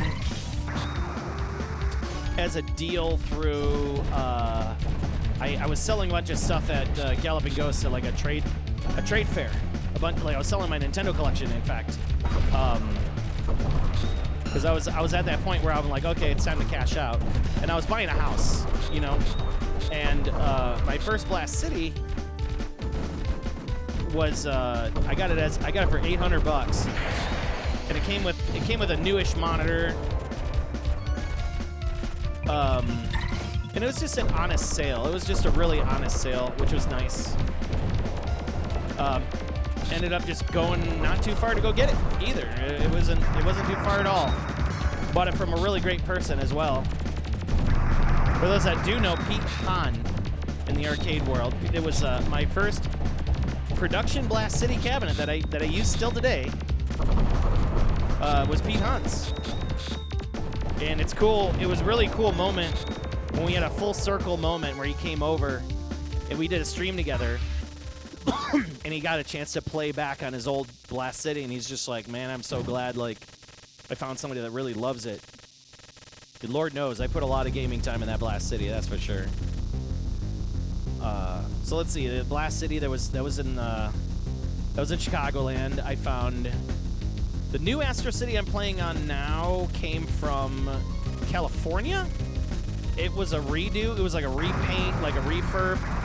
And this guy did kind of like this, like, not the greatest job on it.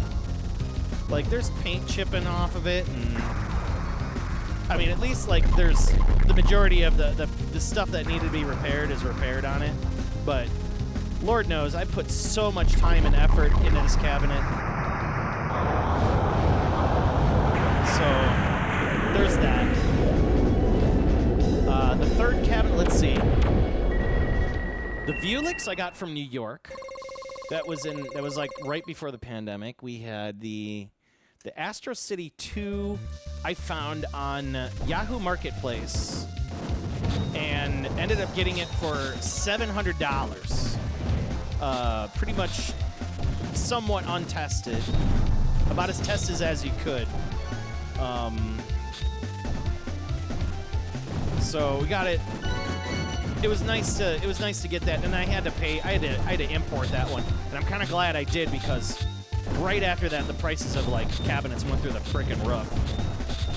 And that one did cost me a bit to import, and luckily you have people in the industry, Fury Force and friends.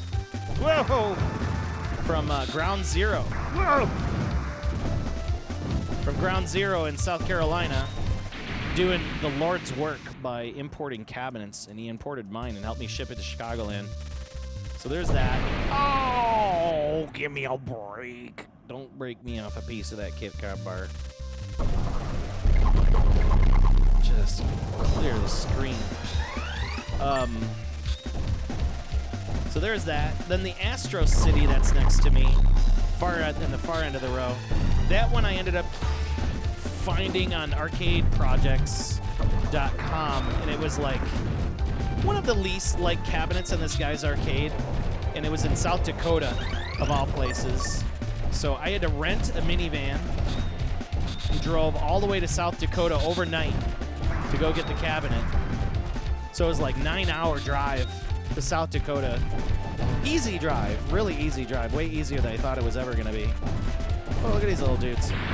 Oh, no! Oh, everything dies. Well, that was methodical and horrific. So yeah, the Astro City I drove all the way down to South Dakota to get. That was fun. That was a fun roll, like getting that guy home. Let's see here, what else? The Sega T13 table I found in Iowa. There's a guy that was in an arcade group that was just like, hey, I want to get rid of it. And I forgot what I was doing at the time. I think I was like in a meeting, and I just like cracked open my phone like underneath the conference table, and I was like, whoa, there's a Japanese cocktail table for $500. Like, what? And sure enough, like, I'm just like, dude, you still got it? You still got to come get it? He's like, well, you got to come get it this weekend. And I'm like, all right, I'll drive to Iowa to go get it. Sure enough, I ended up getting that in Iowa.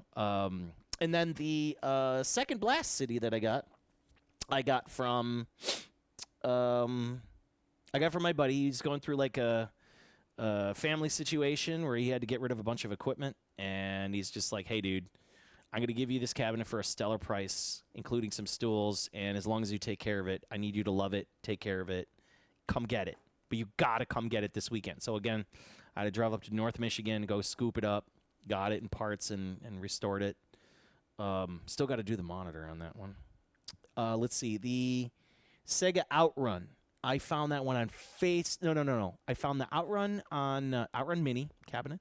I found it on eBay, of all places. I forgot who I was asking. I was like, I remember asking on Facebook, like in one of the arcade groups, I'm like, hey, has anybody got a Outrun mini cab? It was like during the pandemic.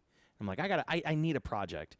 And sure enough, this guy had a full-on Outrun Mini Cabaret in his basement, full with other arcade one-ups, and I'm just like, yeah, I'll take it. Sold to me for $600, and I had to yank that sucker from the basement. And that one really, really sucked to do. Couldn't stand it. Let's see. And then there's the Goldie, the Neo Geo Goldie that I have. That's not pictured. It's not in this room at all.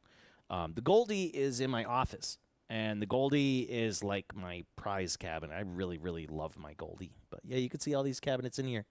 Yeah, my Goldie I ended up finding from a gentleman that runs an arcade museum down in McLean, Illinois.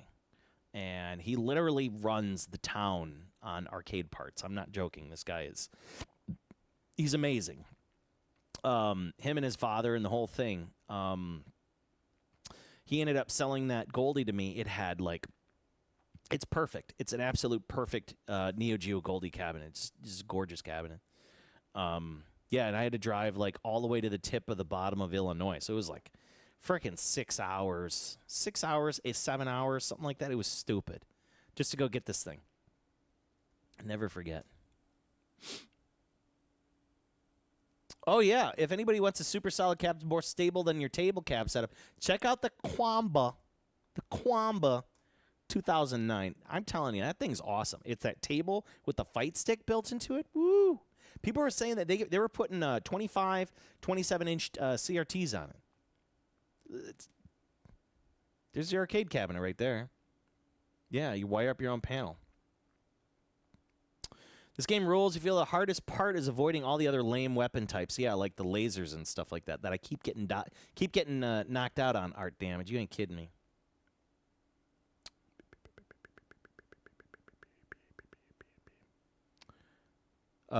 This is just like the first stage boss from Daioh. Did Warshi develop that too? Sure did. But that was before Warshi was Warshi, and they were Athena. So there you go. Now you got an answer. Just going through the chat here. Make sure I don't miss anything. Okay. Let's keep going. I'm not doing overly great at this, as you can tell, but man, if you notice, the difficulty in this game has ramped up exponentially. It's a lot harder. The game is definitely more detailed. I mean, look, you got those little clouds back there. You got that parallax scrolling. Really nice. You got clouds moving. You got little shadows down there. That's super cool. Multiple layers. Just a damn fine looking shoot 'em up. And it looks this good on the Sega hardware too, which is really awesome. So if you play this on Saturn, which is the best way, you'll see. You're gonna be like, oh my god, this is perfect. It's arcade accurate. Now I am not dying that early in this game. No. Just kill me. Used to own the Saturn port of this. It's pretty good. Yeah, it's extremely good. It's ultra accurate. Okay.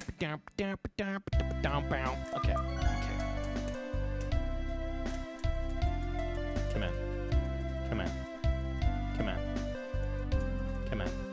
Let me go.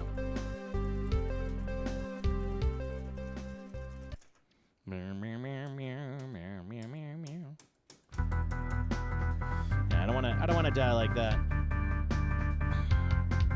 It's just getting tougher, man. Tougher and tougher by the minute. Oh, Warshi. So yeah, this is one of those games I've been meaning to play for a while. Last time I played it, we did I think it was like a shmup battle. And it was a good one, cause the more I played it, the more I'm like, man, this is solid game. It just feels good. There's no, you don't have to please it. It doesn't have to be anything but what it is, which is great. It's perfect. It really is to me. I know some people don't like these style of games. This reminds me a lot of a game like Gun Frontier, Raiden DX. It's a very Raiden DX style game.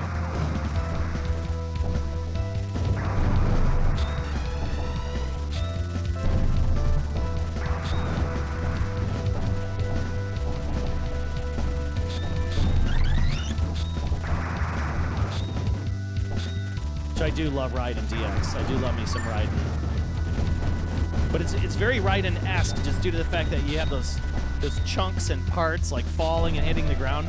Total steal from Raiden DX, if you ask me. The only thing it doesn't do is like detonate the trees and start them on fire when the ships land into them, you know?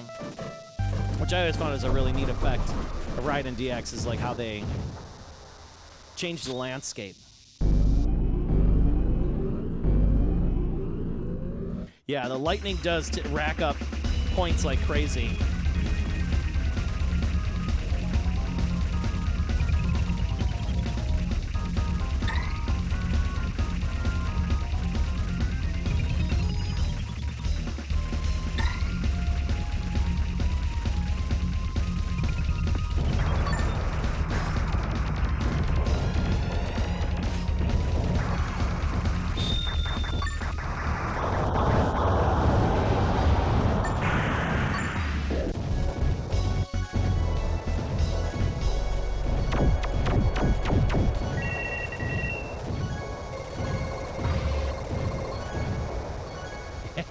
You can get a shit ton of points there. Look at that. Those are 483,000 points. That was beautiful. That was beautiful.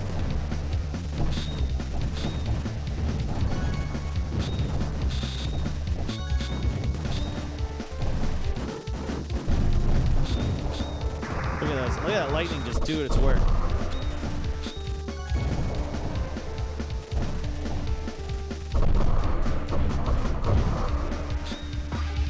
Gotta be prepared, man. These turrets are coming hot and fast.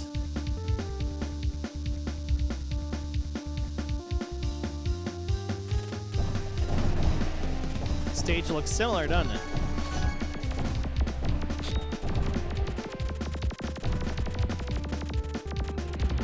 Badoosh! Get wrecked.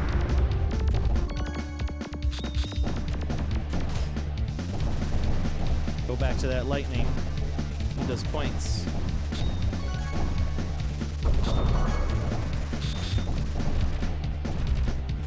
Ah, I didn't want this.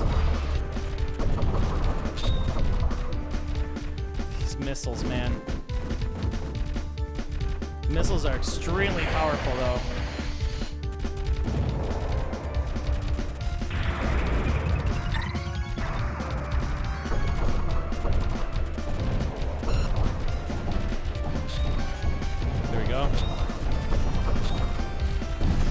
To that, do the wide shot. There we go.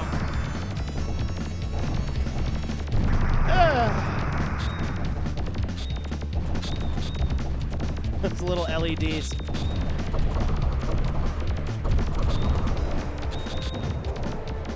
I wonder if the blue ones are worth more points. I don't know what I picked up there. That was interesting. Oh my God, the Dad Nomad with a raid. How you doing, man? Welcome to the channel. Hi, live and direct from the Pandemic Cave. My name is Joel. We are playing with some real arcade hardware, and I'm getting my butt beat playing some Sheinryu. We're doing the Warshi cover today of Warshi Games. Not Washi, Warashi, W-A-R-A-S-H-I. A unique company that made some great shoot 'em ups. Oh God, there go my bombs. I had 8 bombs. Ugh. Really could have used them right now. Of course, I got greedy, trying to get that bomb bonus at the end. And I am now eating all of the crow.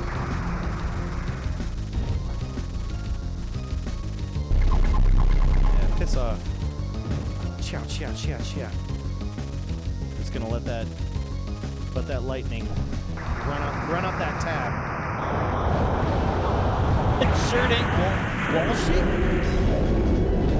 So, Dad Nomad, what were you doing? What were you up to? What were you up to today? Art damage. I'm a sucker for ship chunks hitting the ground type effects. Some ships falling out. Yes! I'm a total sucker for that too, dude. I like that. It's that little bit of extra. That little bit of extra that they didn't need to do, but they did it. Ah, I did not want that. Stuck with this missile. This magic missile. Ugh. See, once I get to that missile and it's like, you have to wait. Once you fire a salvo, you have to wait for that second salvo to go, you know, to come around. And it's so unfortunate. And those other... It's powerful. But give me this. Good. Oh, I can breathe. Whenever I get those missiles... Ah, no! Oh, no! Whenever I get those missiles, like, my butt puckers a little bit. And it's always at the worst time. Like, you'll kill an enemy, and it'll fart out like an upgrade, and you'll end up with that stupid missile attack, and you're just like, yeah, it's great to have, but man, it's just unfair. I'll use that. Yes, yes, yes. Oh my god. Whoa. Just use the bombs, man. It's like Dodonpaki. It's like you always forget to use the bombs just because you get so greedy trying to be, trying to get those bonuses. Stop the greed, my friends. Use your bombs. Use your bombs.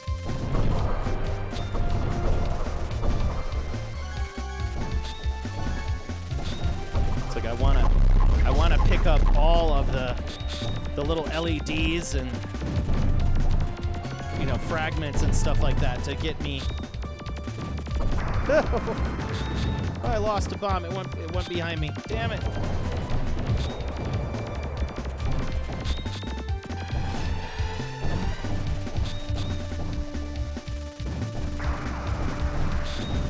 Yeah, look at that thing go. But you see like those planes crash into the water. So cool. These chunks go flying off. Whoa. Whoa. Little hovercraft dudes.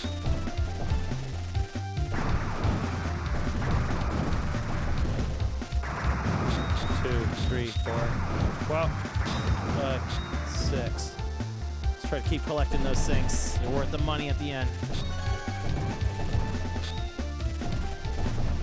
Do not want, but kind of do. No! Whoa! Did you see? You almost ate that bomb. That would have been painful. All right, got a nice, powerful weapon for this boss, which will be useful. I have one. Oh my god, I made a mistake. Oh.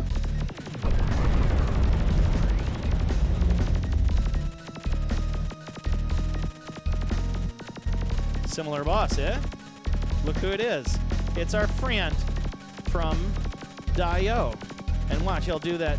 He'll swing his little arms around and then do a mega attack, right? Is that how that works? Or just stay still here?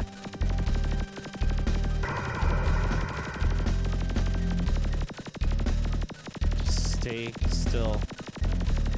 Little slight movements.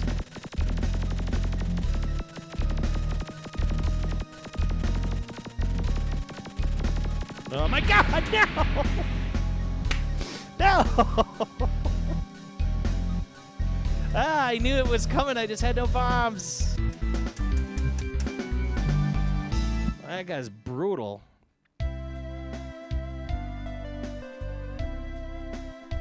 Yeah, the missiles suck, but they're good when they're like maxed out for sure. The missiles sucked in Daioh and they suck in Sheinryu too. Agreed. You get an extra, yeah, right. Okay, so there is an extra power-up where if you get a flashing P that I've learned, and I didn't know about this until I think it was Saturday's stream when somebody's like, dude, if you get those, you get a shield. I'm like, what?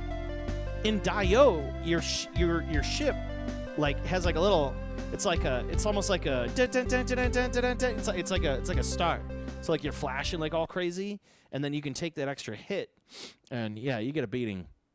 All right, so we're gonna do one more, because we're burning through time here. We play 2. That's the problem with Daioh. I just play it. How about that? I forget time. That's a good game. When you forget time, you know it's a good game. You know you're gonna play it. You know you're gonna play it again. Daioh, that's not the first time where I'm just like, one more game. There's something special about those titles where you're just like, one more game, man. Just one more game. And this is kind of the same way. Like, this whole series, this game in particular, again, just one more game.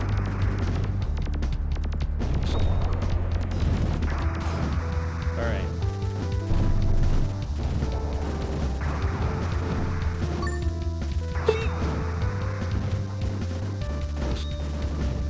So let's make a good final last run.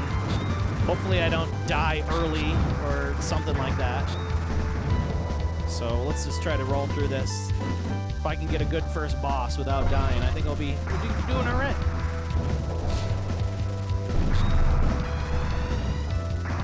Such a good game.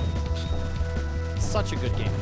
Again, almost, and I mean almost, put it in as Shmup of the Year. Like, this is strong contender for me. Because every time I come back to this, I'm like, yeah, this is great.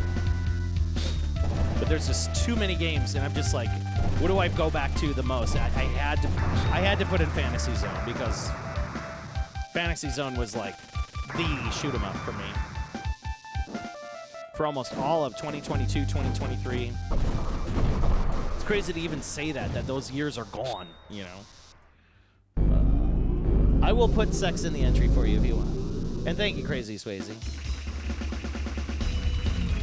Think you might play this again tomorrow? Hell yeah, do it!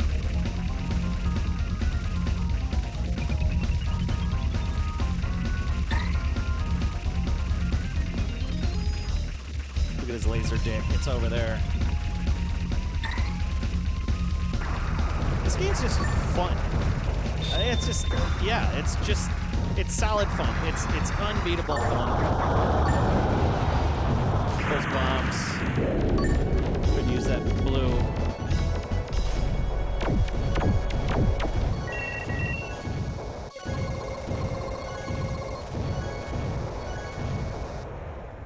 There you go. Very good. All right. Very good start. Yeah, it's definitely a game that I do, and I'm hoping we do a shmup battle in the Discord with, because yeah, every time I come back, it's just fun. No other way to really put it.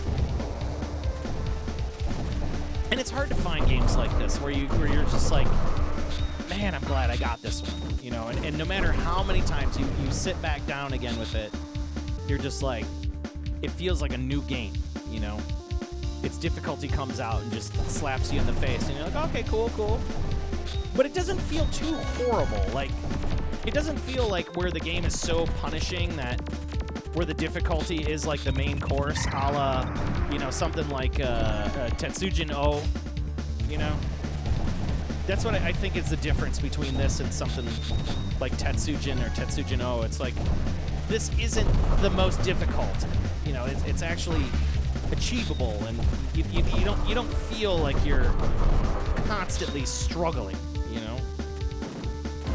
The game throws you enough bones and reasonable checkpoints that don't completely, you know, crap the bed on you. Okay, I gotta get away from this dude. Whoa. Okay, I need to remember, I have bombs and I need to use them. I have bombs and I need to use them. Use the bombs.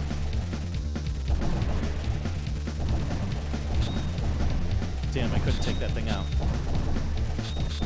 Big chunk tank. Woo! Woo!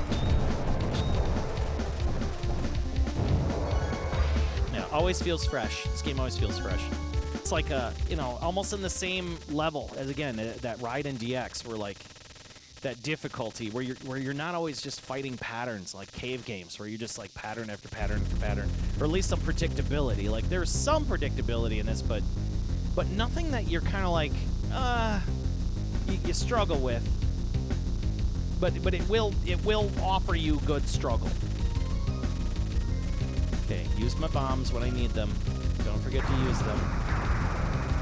Just keep... Yes. Gets hot and heavy. Use the bombs. Be comfy. Get comfy. Use bombs. That was a little too close for comfort!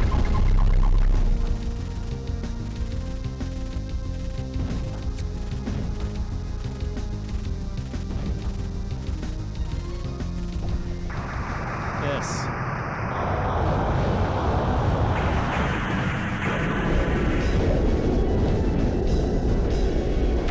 Yeah, Crazy Swayze. Thank you for the comments on that Fantasy Zone, man.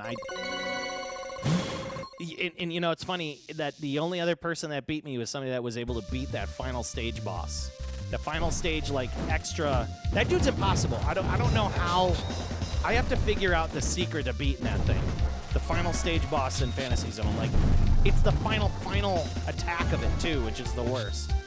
It just wrecks you. It's so fast. Yes, there we go. Just use that bomb to help clear the screen a little bit. Oh my God, bomb! Oh, there's random bullets coming in. It's almost like shmups like this that make your butt pucker a bit. It's like they're the ones that really make you feel good. You know, like you feel satisfied playing it. You know, you're like, look at all this going on. And trust me, we're not done. We haven't even scratched the surface because you're about to see the pièce de résistance of Warshi, which is Sengeki Striker coming up next. So I'm going to do a small break, a small pee break. I'm going to stand up, get a little bit of a 2 to 5 minute break here, and then we're going to wire up Sengeki Striker, which is on the Kaneko Mega System hardware. Yet again, another completely different hardware platform.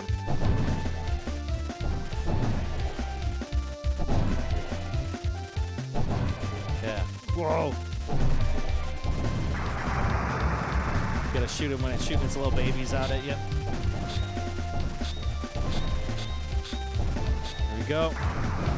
Making our way. Making our way. Don't.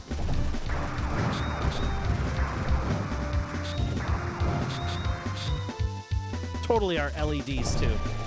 One side shorter than the other, which means there's positive and negative there. What's going on with that? What is this secret? What are these LEDs about? But boy, when you see Sengeki Striker, you'll be like, oh, wait a second, are we playing the same game? No. We're playing a more prettier game that is tougher.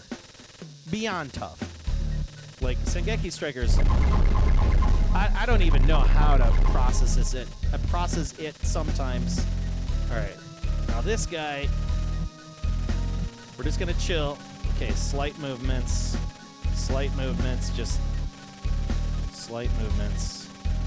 Slight. When he does the heavy attack, we'll use the bomb. Just don't be scared of those tentacles. No time for tentacle rape. Oh, God. Okay, I've used my last bomb. That is, I don't know what to do if he does the major attack. I'll just have to dodge it. Here it comes. Here it comes. Oh, God. Major attack.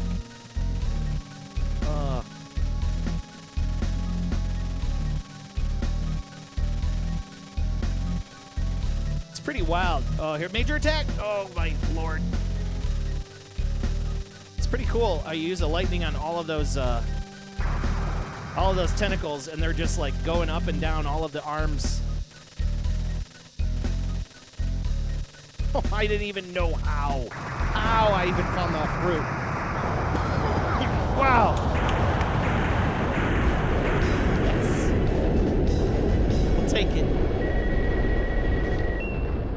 Trigger Triggerheart Excelsia. Excelsia Triggerheart. Need to revisit that someday. I need to play that too. Hey, Helldog. What's going on, my mans? Hopefully you're doing awesome today. Appreciate you stopping in. It's always great to see the Helldog. Oh, we got a... look at that. We got an upgrade. Whoa.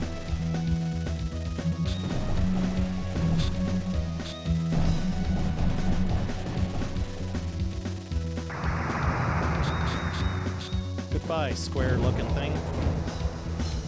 Chonk enemy. I will take that. I need that. Out of bombs. Completely out of bombs. So then there's like... You can see that there's nomenclature for electronics. For electronic diagrams. Like, what's up with that? I just burned through my bomb. I did not need to do that. No! Stuff is coming from the side.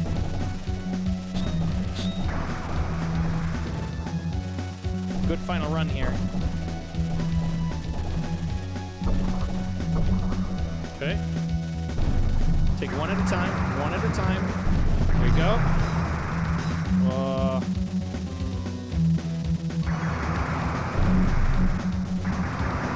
Holy crap.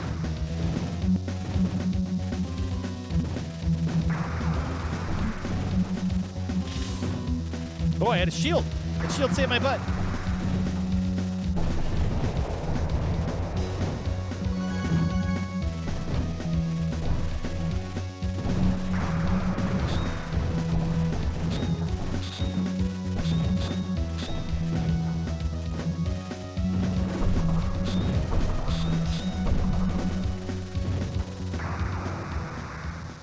Oh, my lord. Okay. Whew. Best. Yes! Yeah, I'll take that. That'll help me defeat this boss and a bomb at the same time. Why not? Yeah, he's gonna take off on me. Go nowhere near him. Come on. Come out. Come out, friend. He's gonna shoot your corner. Shoot those corners. Douche! Did not like that. It was uncomfortable. Whoa! Whoa! Whoa! Whoa! Whoa! Ah, he's throwing everything at me. He's he had to do is sit still. Just gonna bomb him out. Bomb him out. Get through this. Get through it. Get through it. Get through it. We got one more bomb. Oh, it's still shooting. Ah! Boosh! Oh, I got one more. We can bomb him out with this. What is this? Ah, laser. Okay, he's taking off. Was that the boss?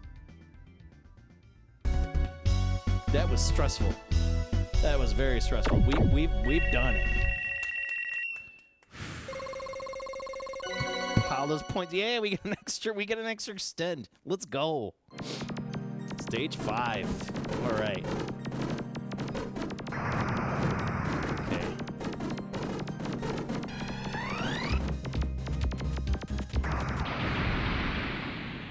Oh, dude, they got lasers. That was rude. That was rude. No! No. All right, I'll take that. Just for you, Hater Shack.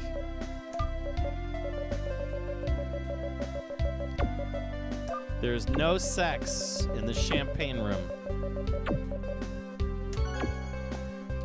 I'll take that. 356, 145, 50. For some reason, I feel like I've scored higher than that. Oh, look at that! It does rename that. So you can't have sex because it renames it to fuss. It has a lot of stages, yeah. Thank you, Crazy Swayze. Yeah, the purple lightning is like the toothpaste laser. But see, the thing with Cygrifo, it's like it cannot have it's not as powerful. Like it's not as super powerful as the other weapons. All right. Okay, so with that said, I am going to be taking a small break. Ugh. My butt is sweaty. It's been fun. It's been fun. Hi, my name's Joel, a.k.a. DJ Psycho M1. You're tuned into live and direct from the Pandemicade. My home arcade here where we have real arcade cabinets and hardware. Doing all sorts of fun stuff today. And we're playing all of the Warashi games. All 3 of them. So, and then we're going to have one more really awesome game at the very end. A very unique title that I doubt anybody has ever played. And I mean anyone has ever played. Probably the first time on twitch.tv that this game may have even been ever streamed with real hardware. Very possible. It is called Evil Stone. They'll be coming up not after this, but after Sengeki Striker. So we got 2 more games to go. I'm going to take a small break, and I'll be right back. Just going to do a kind of a quick bathroom break, clean up, and then we'll get the next game ready to go. Thank you for tuning in. It's been an absolute pleasure, live and direct from the Pandemicade. Stay tuned. We'll be right back.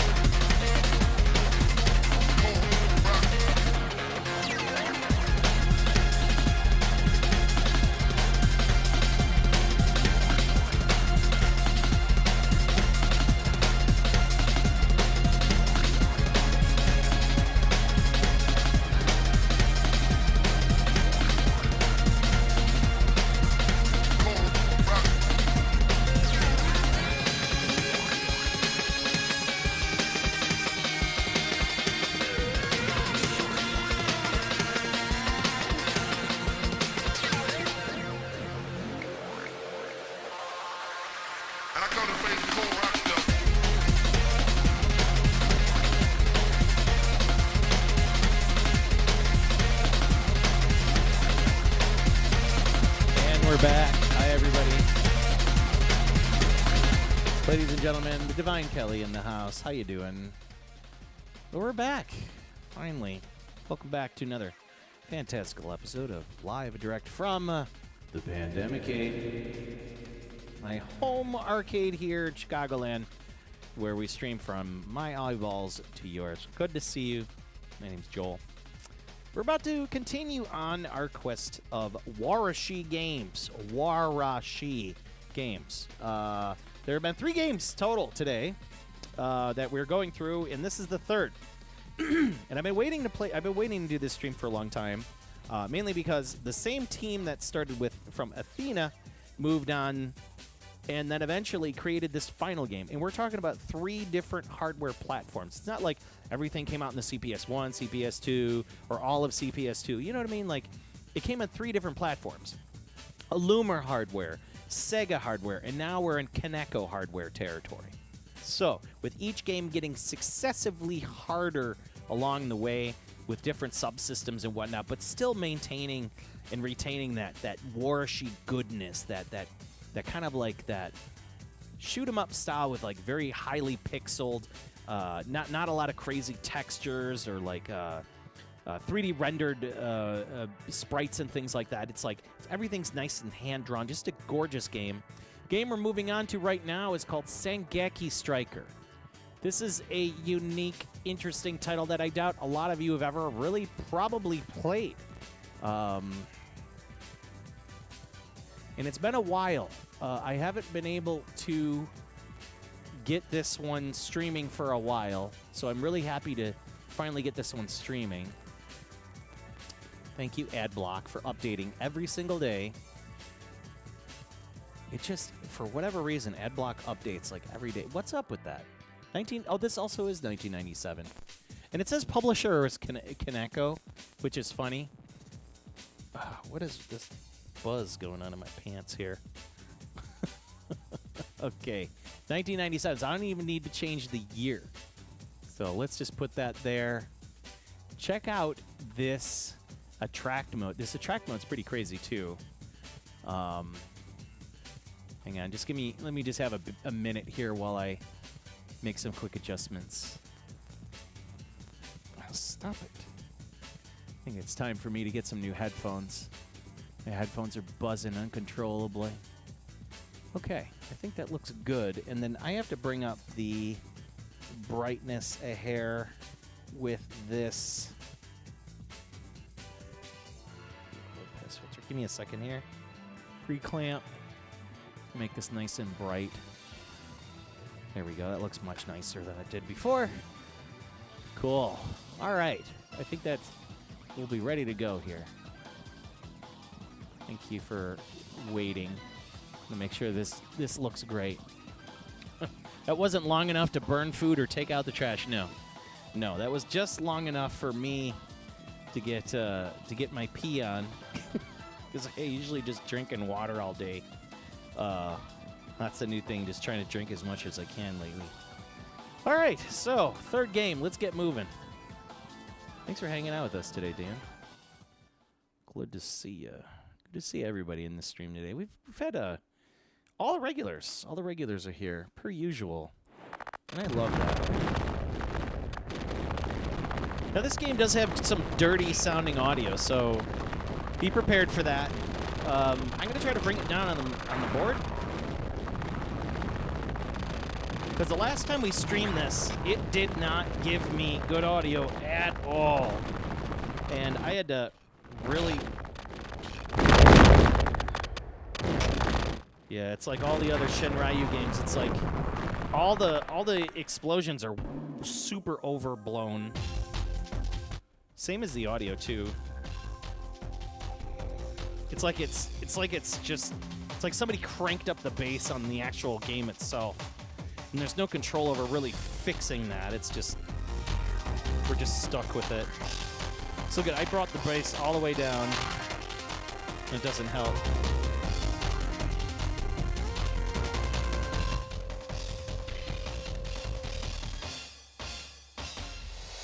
Seriously, Sengeki Striker, you kidding me, man?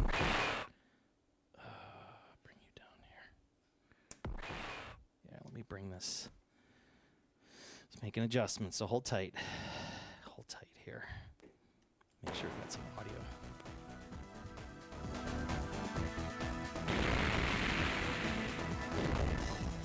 Wow, this board's doing it too.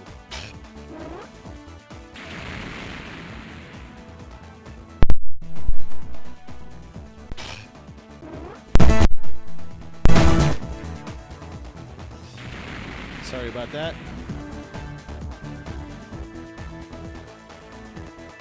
Yeah, it's just the audio of this game. It's just garbage. So, not the best, but hey, it'll work. We'll make it work. We will make this work. This hardware by default is just not clean. It's just not clean at all. Hey, TJ Kitsune, what's up, man? Pass Blaster in the house. How you doing?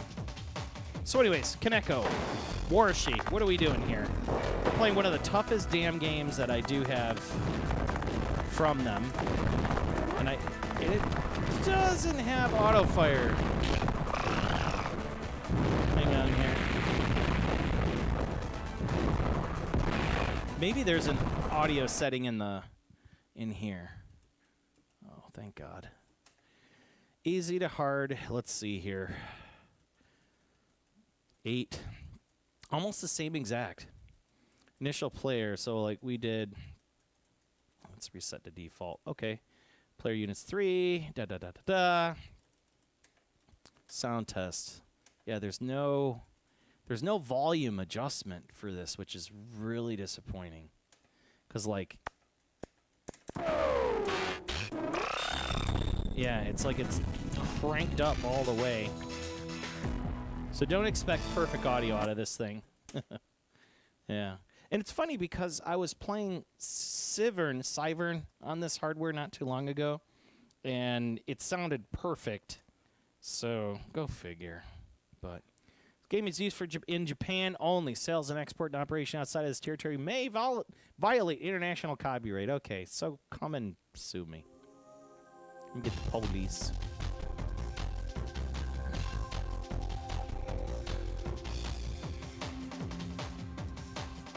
What do I think about arcade twin stick shooters that use a trackball instead of a second joystick? Those are pretty cool, Fuzzy Studios. Like, I think I know what you're talking about. There's that what's that game? It's called Outrigger on Sega hardware. Outrigger. Yeah, I think there's a game called Outrigger. It's an interesting game. Or Outtrigger, maybe? All right. I was hoping for a really nice auto fire, but there is none. You're just stuck with what you got. So I'm just going to have to thumb it out. And thankfully, you get these little extra helper ships, and they'll take a hit. You can see how useful they are. And they'll cover the screen completely, too, which is really rad.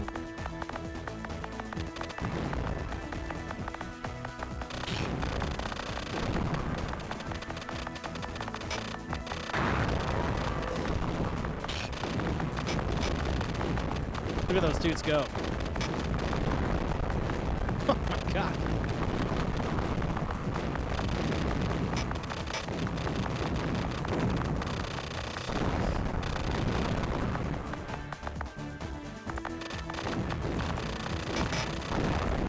It's so weird that this is like the final the final Sheinryu game that they made. Like, they stopped with this one, probably just because either this one wasn't that powerful, or they just didn't.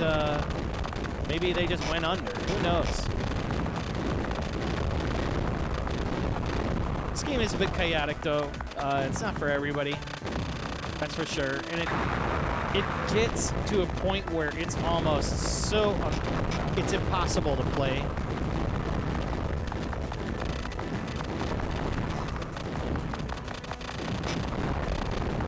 Because of the bullets. You'll see what I'm talking about. Once we get to those later levels, there's just bullets everywhere. And it gets really rough.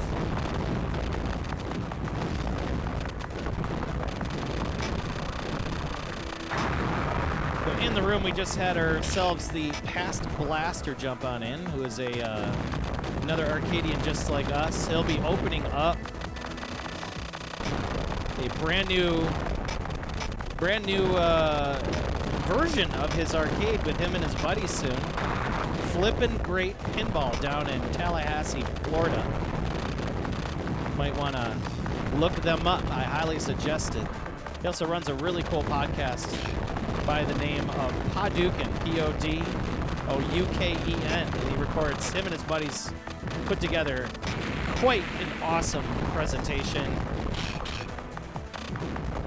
Big fan of it personally. I do listen to it a lot. That's interesting, the audio cut out for the boss.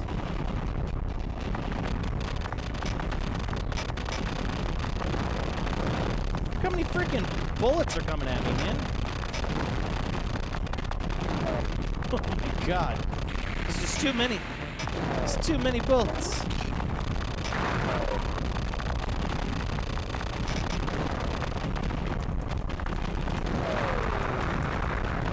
That's rough. Tank is really rough. It's just bullets, bullets, bullets. And that's the first boss. Look how many points you got. Your points go through the roof. 3, 4, 5, 6, 7, 8. I mean, that's just insanity. We're already at we're already at tens of millions right now.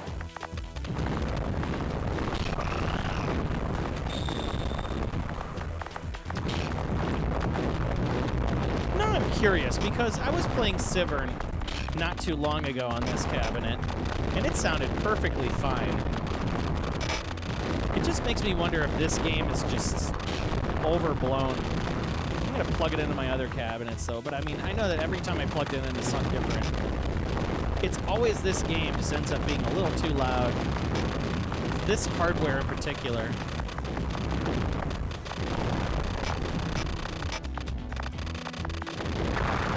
You hear that tick rate going through the roof.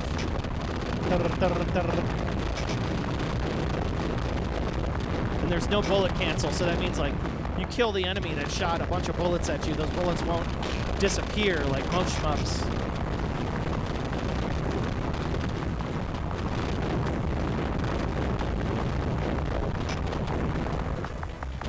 Your little friends, those little friends with the lasers are really awesome. Super useful. There's also no lightning weapon in this game at all either. It's all lasers or Vulcan. And man, if you got an itch, you can't really take too much of a break. Like, you gotta wait. Those bullets just keep coming. They keep coming. If you don't eliminate that turret, it will just keep putting bullets on the screen, and it don't matter. It just wants to fill the screen with agony. So, dare you ever play Sengeki Striker? This will be the bane of your existence. You can see how rough that was. What was that? 1, 2, 3, 4, 5, 6, 22 million. Does the cab have an internal volume knob? It does, and it's turned all the way down.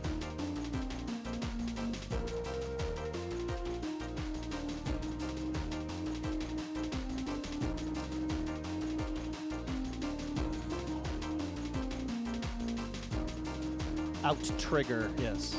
Any advice on how I could build my own machine with a trackball?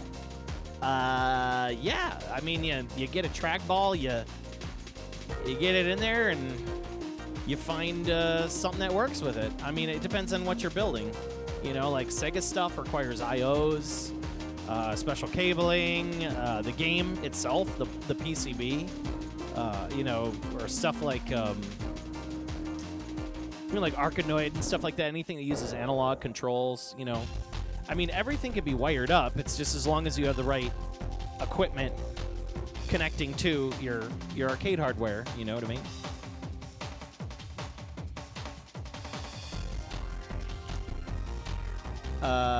In the age of Dadampaki, really roasted a Jenny Jessica bullet service. Yeah, it sounds like this on the cab too. Yeah, it sounds like that on the cab too. It's always done this. Like the Kaneko Supernova games like always do this.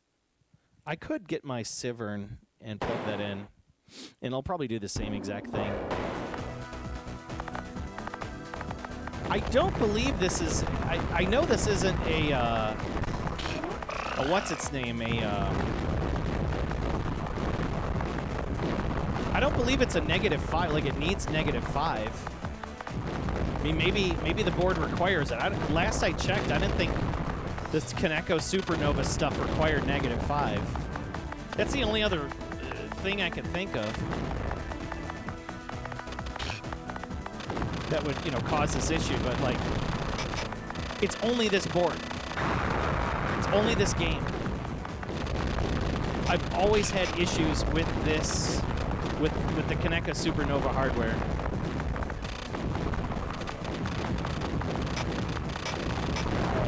Oh my god. How brutal is that? There's stuff's coming at you from the sides, just ugly. And I love the scoring mechanics in this too. Like, you can see there's like a tick rate for all the stuff that you're shooting, and like the more bullets you get into it, the more it starts to the more score you get out of it. The faster you kill enemies also, I notice. I think you also get a bonus too. So you notice the score gets really huge when you destroy something when it's like super close to the top of the screen, or like when it first shows up. Almost there's like a countdown.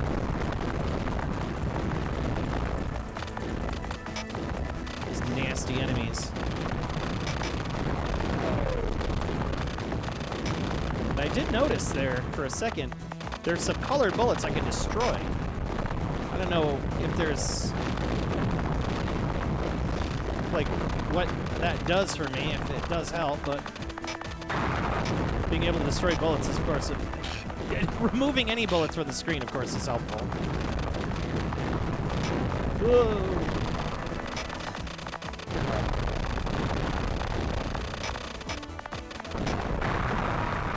Yes.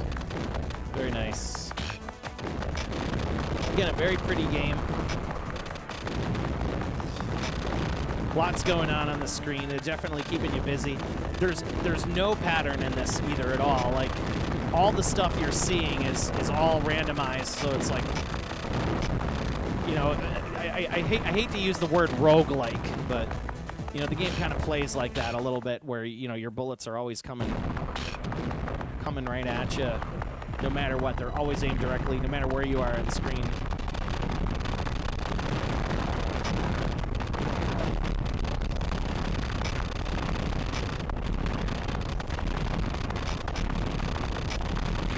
I was out of bullets. I was out of bombs. What an absolute ugly boss. And unfair, too. You know if there's ever a re-release compilation of the UN Squadron Area 88? Been looking for one. Only on, like, the CPS2. I'm sorry, like the Capcom. I know a lot of those Capcom collection... those Capcom collections that have, like, Area 88 and all that, maybe. I don't know if they ever re-released that. That's a good question. I mean, I know on Mister, of course, it's... Just get a Mister. And you'll definitely be able to play both of them in super high quality. That probably is really, in all honesty, like, the best way.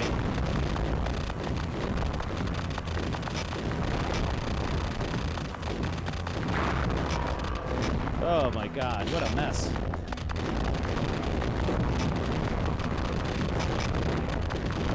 Absolute mess. Bullets upon bullets. They're just coming at you. There's no reason, rhyme, or pattern. They're just, okay, just come on and eat the bullet. We're gonna throw everything at you. Meanwhile, your laser friends, man, they're putting in the heavy work. I noticed they have like a laser, and then they have the Vulcan. And I don't know if the Vulcan is better than the laser. I think the Vulcan is probably better. Seems to be. I like that they go into like that multi-mode where they're just aiming and raking at everybody. Had a bomb there. I was getting cornered.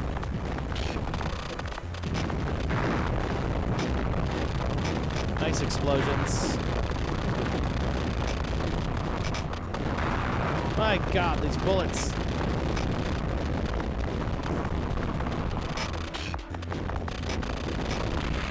No, no. It's like the minute you come back on screen, you're immediately lost. Like I lost where my ship was, where my enemies were. Like the bullets just keep coming.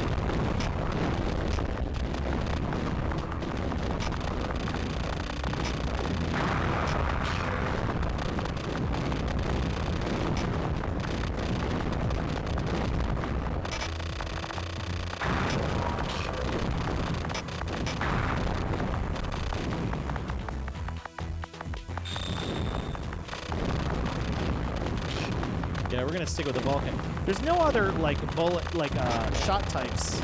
There's just only the shot types for your little friends.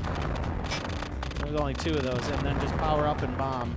So there's really not a lot of stuff to pick up, in all honesty. I was kind of expecting more. Like I said, it's been a while since I played this game, so pardon me for not being completely versed in it. No! Get rid of this thing. Oh, hi. Hi. You got a lot of bullets.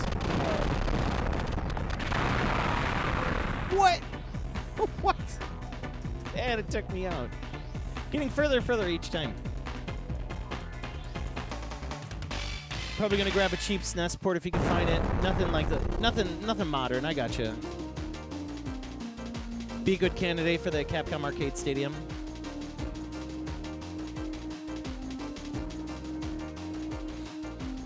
Let's see if it has that sex thing. Doesn't like sex.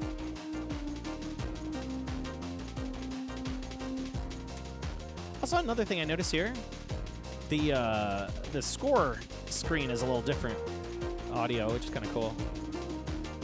Yeah, see now it says sup.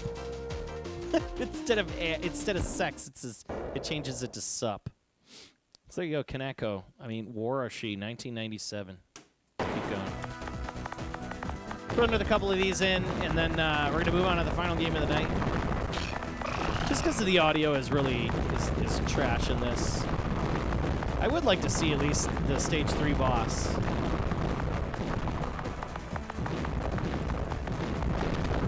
But I tell you, man, this game will keep you busy.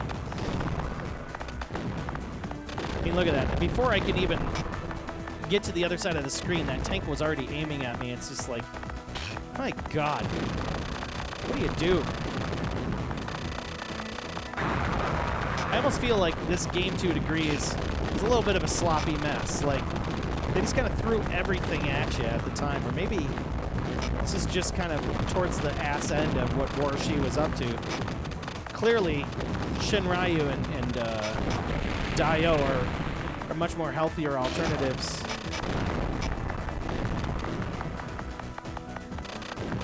This game just leads to frustration. And it's an expensive one, too. It's a reasonably expensive cartridge for this, for an original copy of Sengeki Striker. And you don't see it that often, and when you do see it, it usually commands like over $500. I think I was pretty lucky to score this one. I got it in an auction, and nobody was paying attention to it on a Europe auction. I was just like, yeah, I'll snag it. And like another Warashi game? Absolutely. Plus, it was, of course, one of the better shoot-'em-ups on the Kaneko System 30, I'm sorry, Mega System, Ultra System, whatever the heck this platform is. Very particular 32-bit platform. And along with that, this game never was released on home console either. So the only place you can ever play it is an arcade. So thanks, whoever decided to keep this game for the arcade. It's not fun. Could have been great to play this on a home console and see if people can get better, find out what secrets are in it, you know?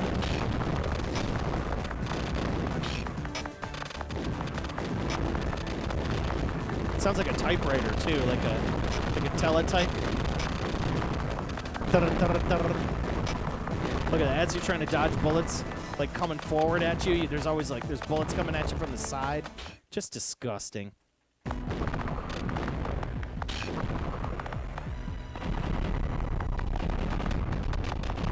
Hipster 90s slang sup.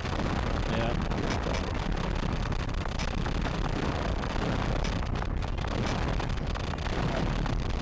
Oh my god.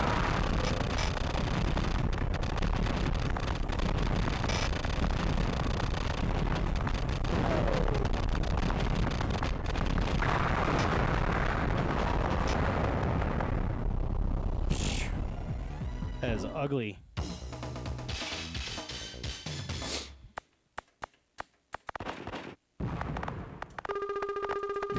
There's the gun sounds behind the screen. Just like the other games too. It's just fascinating. They've kept that. It's like a running tradition.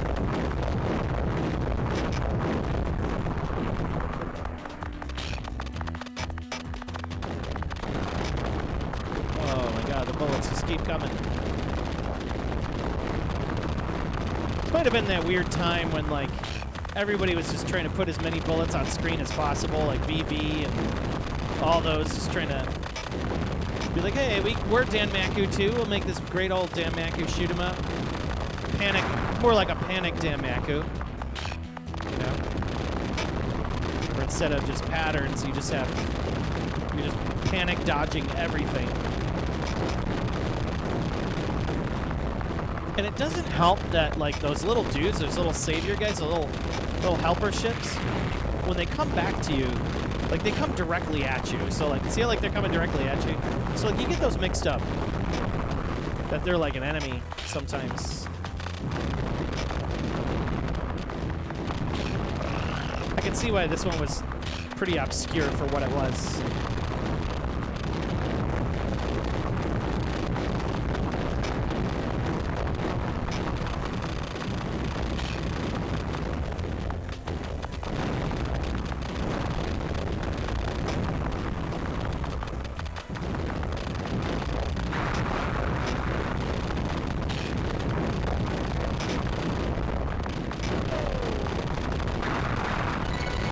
Oh my god, there's just nowhere to go. There's nowhere to go. All you have to do is just try to find a little spot and then just chill if you can, but man, you just keep getting shoehorned in the corner. Like this, like right there. Like how am I supposed to get out of that? Unless I had a bomb, there's no way I'm getting out of that. Oh, fudge.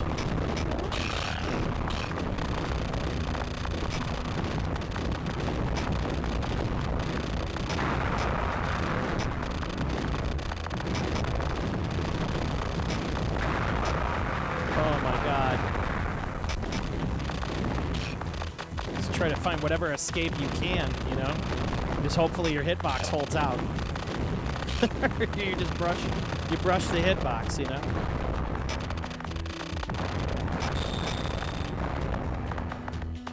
Okay, look at that, new score. Already. I don't even know how I'm getting the higher score. I'm not even at the final. I'm not at the boss's second stage yet. There we go.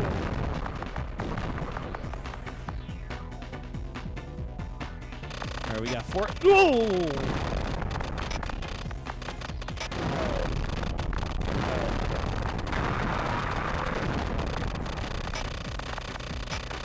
Oh my god! Oh my god! Oh my god! Oh my god!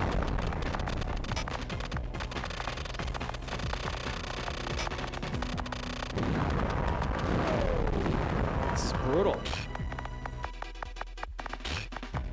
Vulcan. Vulcan. Okay, where's the boss now? There it is. Oh my god, I swung right through that. How did I get away? How did I get away with that?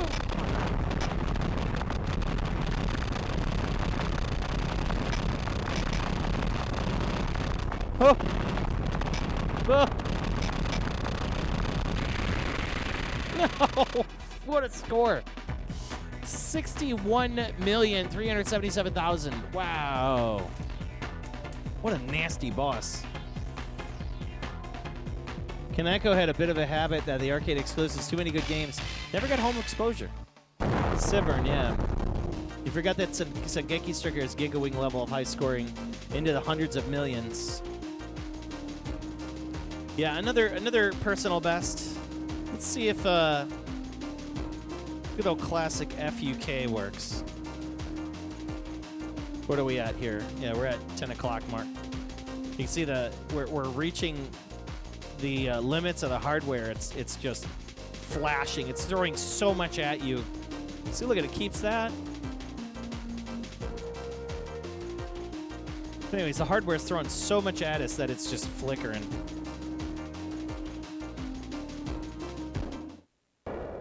And same type of structure where you have like a stage dash like position in the stage, like 1-1, 1-2, 1-3. Real quick, just to test to make sure I'm not going crazy, I'm gonna get my my Sivern board.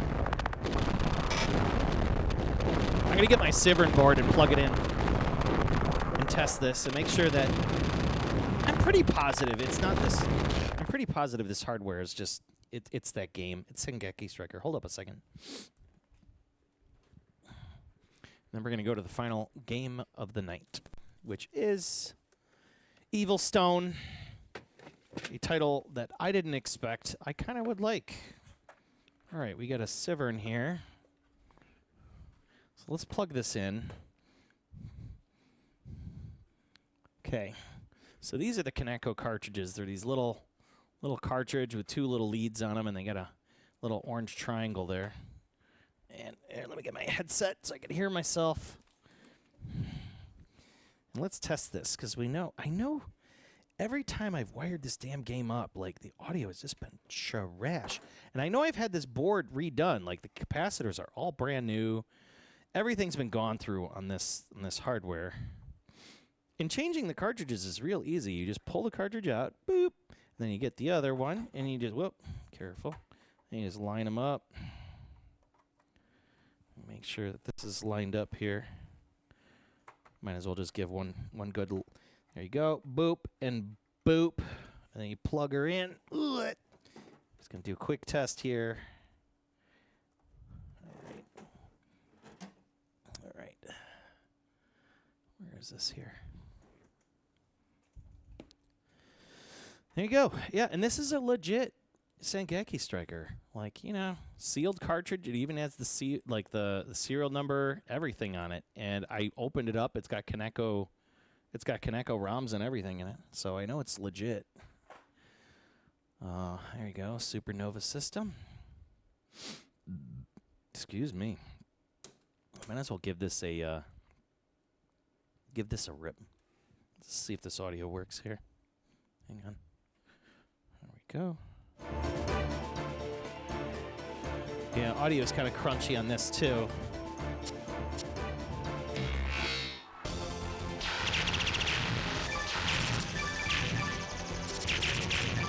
What do you know? The audio is crunchy on this as well. It's this board. Something makes me wonder if either the amp on this is overdriven, or maybe maybe it is capacitors. I don't know. I've always had to turn this board all the way down for the audio to be somewhat reasonable. I have to turn it all the way down to it's just a whisper. You can see it's even overdrawn. It's overdriven there. Okay, well, at least I know I'm not crazy. Yeah. Awesome game, too. Okay, we're going to go to the final game of the night. We've done that. So, okay, so we've covered, what have we covered today? We've covered Daioh. We've covered Sheinryu. And we've also covered Sengeki Striker. The complete Warshi hamburger of shoot-'em-ups. All 3 games. Dare I say that Sheinryu, I think, is a little bit better than Daioh, but, like, Daioh is more fun. So, like, they kind of have, like, I think Daioh and Sengeki Triggers probably 2, in my personal opinion, 2 must-own games. If you're arcade collector, or just play if you play like emulated games. It is available on the Nintendo Switch and I believe PlayStation. The Arcade Archives had re-released Daioh, so get it for yourself. Super worth it. Super duper worth it. Helldog's out the door. You have yourself a good evening, Helldog. Thank you for stopping in. Always a pleasure to have you in the room. So, final game of the night. What are we playing? We are going to play a game called Evil Stone. And a friend of mine who makes these boards and does all sorts of goofy stuff suggested we play. He's like, hey, you know, it was okay. So here's how it started. I was in my Discord, and one of my Arcadians decided to post. He's like, hey, Evil Stone, I finally got it. Been looking for this game, prototype, the whole thing. And I'm like, what the hell is that? What is Evil Stone? And he's like, oh, you got to check it out. You know, come check it out when you come to my place. So I ended up going up to Detroit in January and to a little place called Birdland. And he had this running in his cabinet. And he's like, you need to check it out. It's a super fun game. I think you're going to like it. And I was a little skeptical at first. I'm like, what, some stupid puzzler game? Some super hopscotch game. It's a little different than that. And the board, look how tiny this thing is. Super small. Now, I've heard some rumors that, like, some of Toll Plan's developers had worked on it. I don't know how far that goes. The company that created this game only made one game, and that's this. So there really isn't a lot about this game that I know, other than this is made from a Curry Kinton. So this original board used to be a Taito Curry Kinton board, and it was converted into this Evil Stone game. And now I'm really fascinated. You know, I wanted to play it, so I figured, you know what? We're gonna take this time on stream. We're gonna play it. We're gonna check it out and see what it's all about. The Evil Stone. It'll be a lot of fun. So, not quite the size of a Polish head. You know of an Evil Zone, but Evil Stone? No, not really. Okay, so let's get this guy wired up. He's super small, and yeah. Let's see. Yeah, see, even the power supply for this thing is, and this audio amp is fine. I don't know what's up with this Sengeki, with this Kaneko board, but it definitely. I'm gonna have to dig through this guy a little bit more. Maybe it's like set to stereo or something. Who frickin' knows? There's got to be a reason why this board is doing what it's doing, where it's just everything is overblown. I'll never get an answer to it. Arcade stuff is a mystery sometimes. And the worst part is like sometimes with like when you're trying to repair arcade stuff, if it's working, sometimes just don't touch it.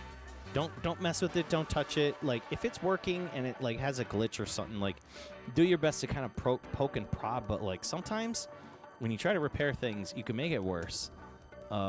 Unless you really know what you're doing. So just food for thought. Sometimes it's just best just to live with what you got, because you'll probably never get another chance to, you know, find that hardware again. I mean, I know there's tons of Kaneko Supernova stuff out there. But I am hoping to find myself a Gal's Panic S2 on this hardware platform, so we'll see. Oh, crap. This game's flipped upside down. Shoot. Hang on a second. I gotta get the dip switch for this guy here. Give me just a minute. Let's see. Evil Stone dip switch. I forgot that I swapped it. Evil Stone dip switch settings. Ah, I know I had it.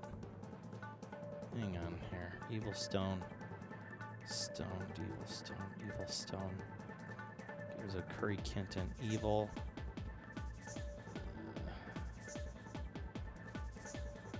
Dip switch. Hang tight here. We're looking for Evil Stone, VG Junk, ba ba ba ba ba. Curry Kenton. I know I had it. God darn it. Let's see, maybe this will do. Xbox, Microsoft, ba ba ba ba ba. Shoot.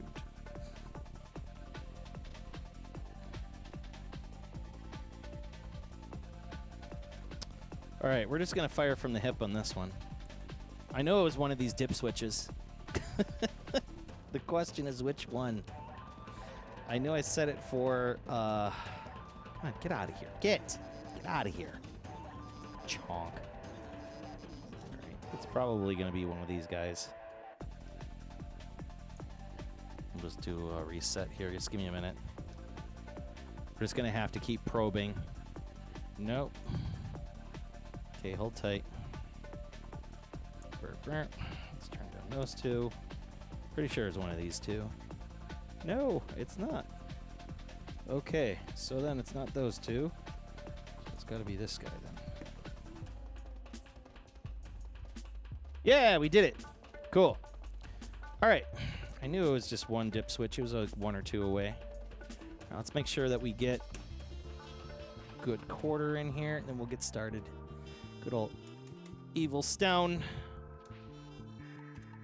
Oh, man. What is it, not taking quarters? I remember it was doing weird stuff last time. Insert coins. How am I not able to insert coins? Oh, no. Okay, hang on.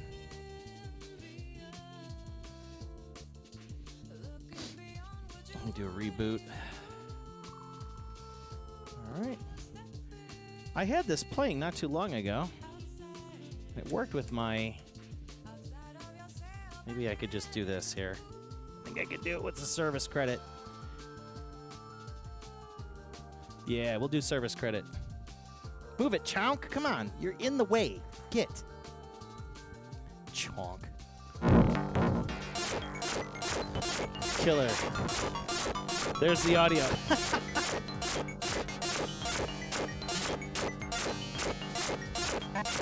Oh my god. All right, cool. We got it working. Let me reboot it. We'll get it started here. Ugh. I knew I was just a couple away. All right, Evil Stone. What are we doing here? Let's move this Kaneko. Put you away. Just put you over there for now. Unique title called Evil Stone. When did this come out? I don't even know when it came out either. It's got a very particular time when it did come out. Arcade. Was it like 91, 1990, something like that? There's not a lot of... Okay, 1990. And it was released by this title called Spacey. So I have very limited knowledge on this title. Evil Stone. 1990. And then we're going to do a... we just make a real quick adjustment to the scaler. We'll be ready to rock. So thank you for your patience, everybody. By the way, for all the new people that are tuned in, thanks for stopping in. My name's Joel. You're tuned in to Live and Direct from the Pandemicade, where we do awesome arcade hardware. Stream from my eyeballs to yours, from my little home arcade here in Chicagoland. It's a lot of fun. Oh my god, thank you so much for the follow. Retro Redgrave, humongous, thank you. Hopefully I'm showing some people stuff that they may have never seen before. And that's kind of my plan here. So we got this game called Evil Stone. I guarantee not many people have ever played this game. How many people out there has ever played Evil Stone? Anyone? Anyone? Anybody out there played Evil Stone? I doubt you have. This game is pretty neat for what you remember. Really. Oh, yeah, and the Chonk's here. Look at that.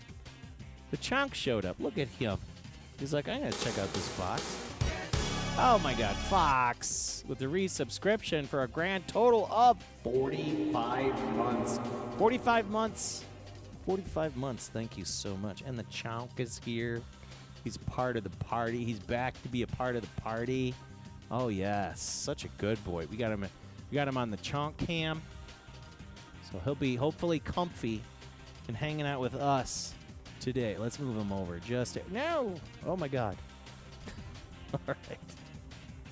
I love you too, Fox. Good to hear from you, man. Hopefully all is well with you. What, are you down in Houston still? I know that was the last time we spoke. You were down in Houston or something like that. It's cool. All right, so let's get this started. I don't exactly know. Oh, my God, there's just a Chonk in front of the camera here. Of course he is. So let's turn this keyboard off before he steps on this keyboard. All right. This game's got very particular audio, too. So, all right. There's a discussion I had about this game in particular, and they said that... Oh, perfect. We got it.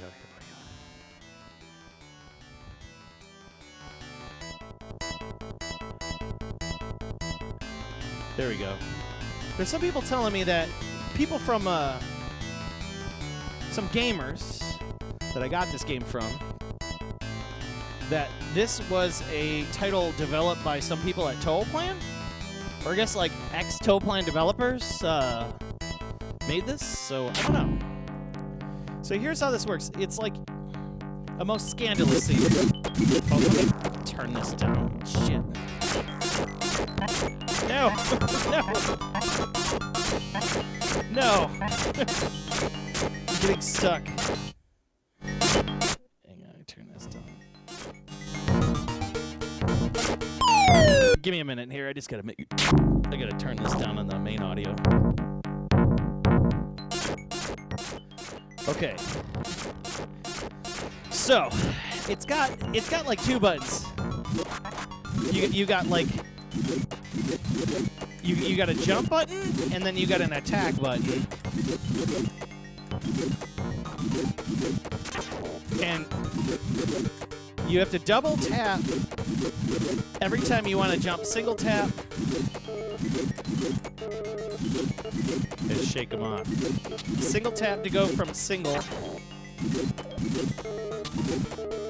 You just keep going. Just keep moving. Keep that guy up and you get the power. Kick him off. See, I know you can like crack the blocks too. I know you can like jump up and smash the blocks. When you got this guy, and then you like kick him off, and he like throws you back. So come on. No! And then he kicks you off the damn the wall, the cliff. So you have to like always constantly.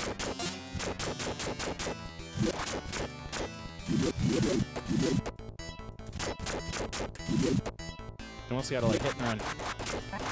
Come on, come on. No! We just got like fists. Yeah, that's such shit. And then it's over. And I never could beat him.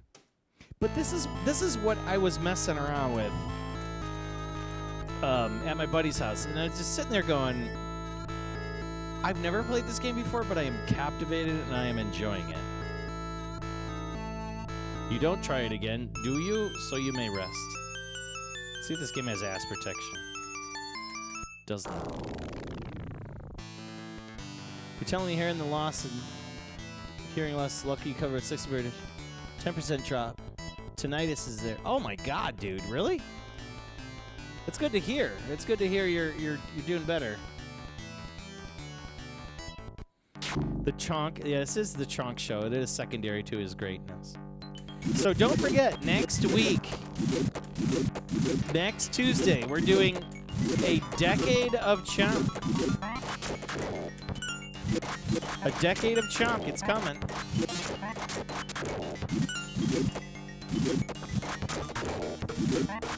So, like, I don't know what the power does.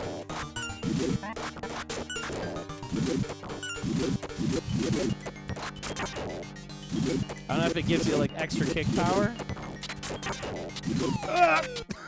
The block, it disappeared from below me.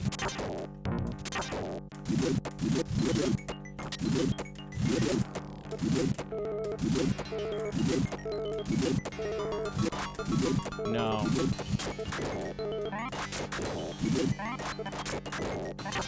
Shit.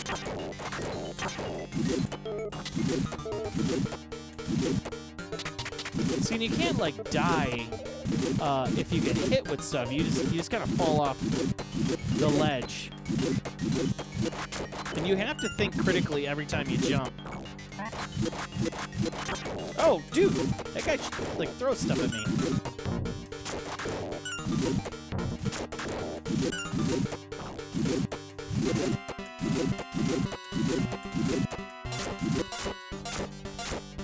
See, I want to know if you can, like, crack those blocks, like, because they have, like, a thing to them. It's like you can't get through it. Okay, let's kick this guy's ass. Oh, it should have been double. Damn it. As I'm saying, you have to be careful. I'm just going to do that. Hit and run. Hit and run, Bubba.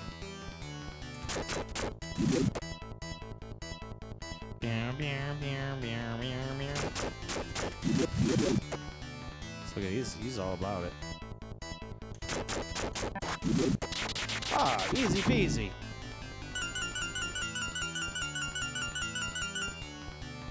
Reminds me of another puzzle platform Genesis called Trampoline Terror.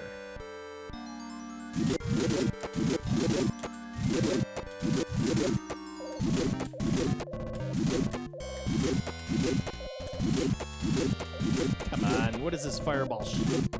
No! Come on! What is this? Oh. That is brutal. Yes, I want to try again.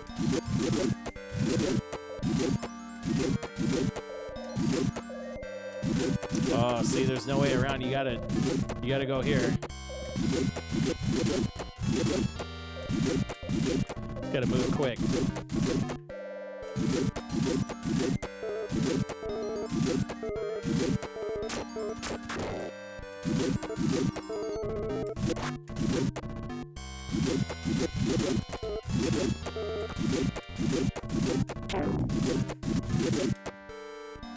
Oh, see, I can't jump over that. No! You have to, like, figure out your way through. Get off of there. Let's see if we can... Oh, see? I can't jump. Oh, that sucks. So, how am I gonna get... Oh, I see. I gotta get down there.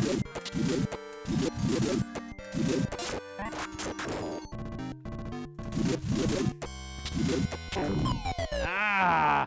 See, again, I forget that to do the double jump. Look at that eyeball. That's cool. Frogs. No, they're getting chased by frogs. Kick the frogs. I think power probably gives you what? Time?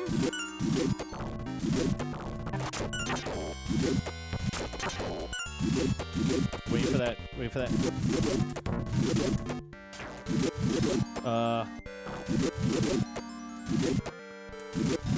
No.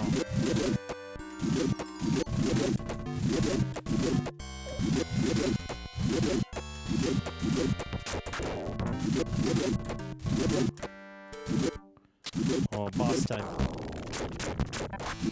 Oh! Oh, that's dirty! It's freaking flames! No! Yes! Oh, they put you right here, thank God. Okay, so you gotta jump back. Oh, I see. He's starting to breathe. You can see when he's breathing. Okay, I can't just do that. I just gotta. And he's got water. Okay, gotcha. Arms next 15. Oh! I have an attack.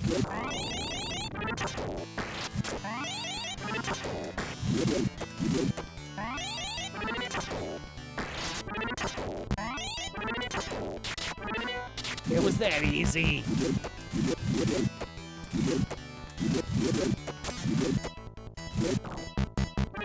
Whoa. No! I fell backwards. Okay, so now I'm understanding this. So the power-ups give me 15 fireballs.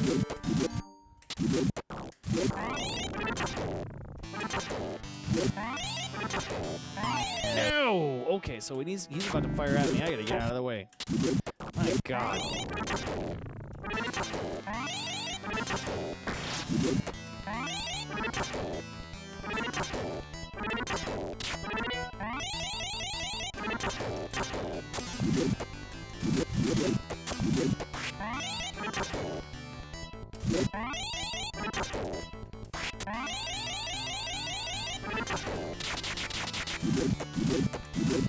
All right, there we did it.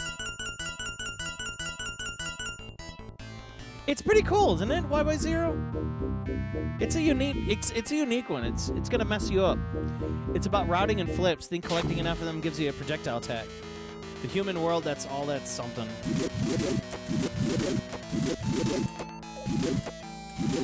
Creepy ass enemies. Oh my God! They just come around. Just want to knock you down.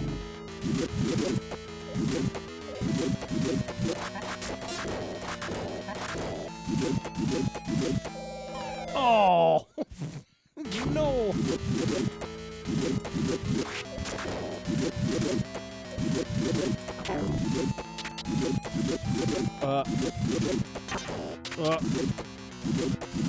No! Oh, you can't do triple jump. Oh, fail. Game over. Now I know. Oh, what the? What was that?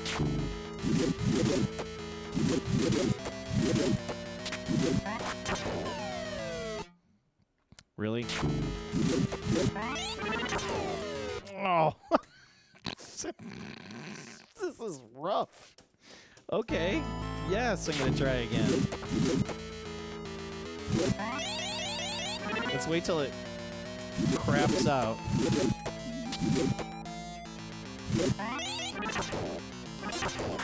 No, no, come on.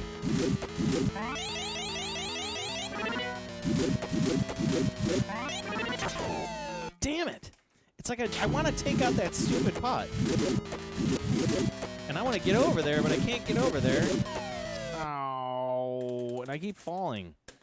It's harder than you think because like you're being attacked, but you don't want to lose your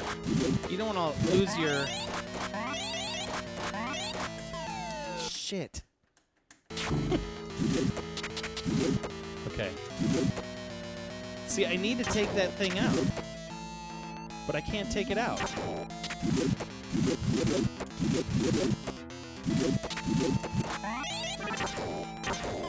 Shit. I need to like go up, down, up, down.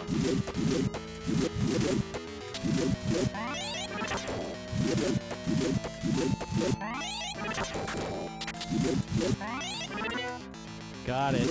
Oh, and it respawns. That's dirty.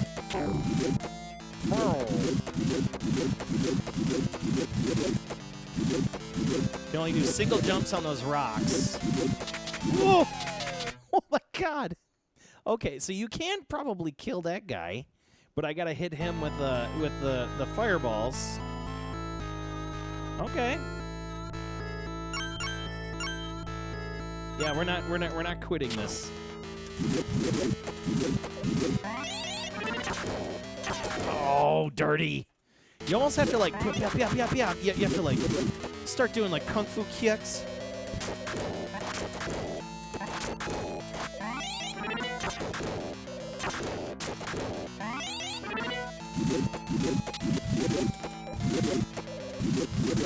You gotta haul ass. No. God, those guys are terrifying. Look at them.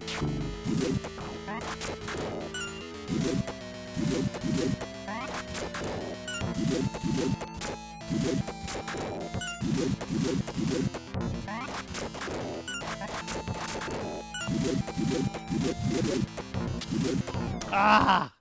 Do double jumps, man. And then you got this guy up here. He reminds me of like that guy from He-Man.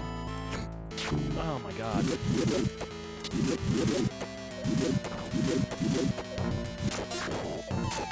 Dude! Oh my gosh. You can die so quickly. You're just not... You rush through this. Dude, give me a break. This is like a quarter stealer. If I was putting cash into this, I would be just losing money hand over fist. No wonder why it never made it out of prototype style state. No! See, then they frickin' jack you around, and you can't, like, recover from that.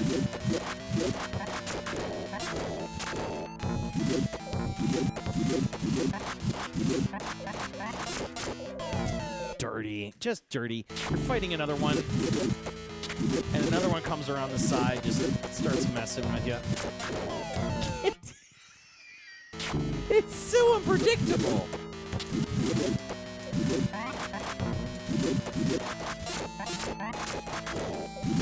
Let's have to, like, run.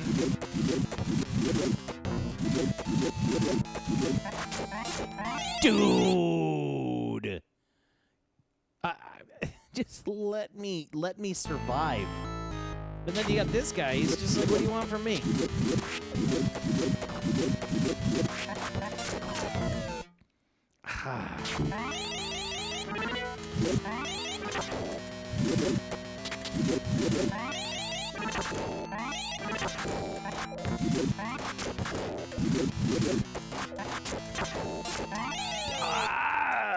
It's like you can't.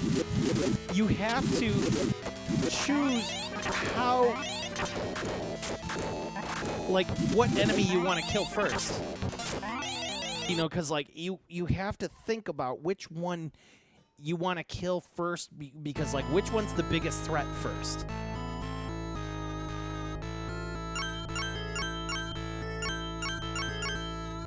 Yeah.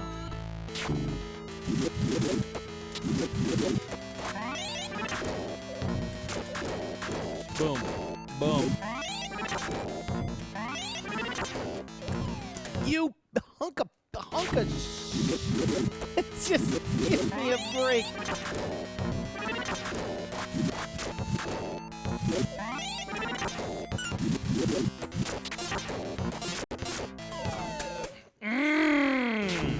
This game is evil.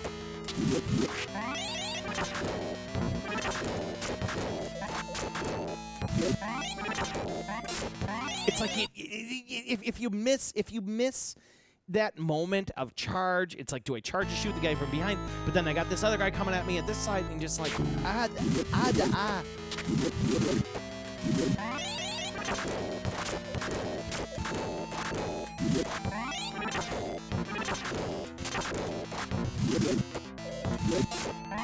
Oh, that thing spawned from underneath me and booted me. That was rude.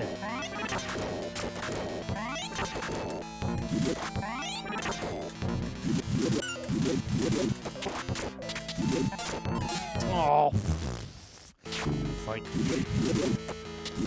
They try to rush, you know.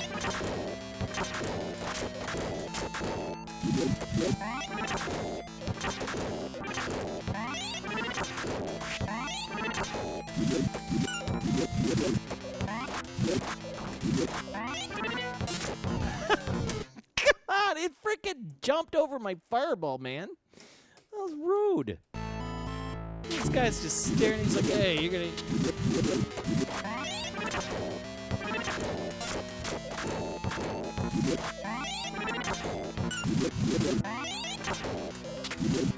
Not with that. This should be a challenge, man. Like, make people play this and just be like, how far can you get?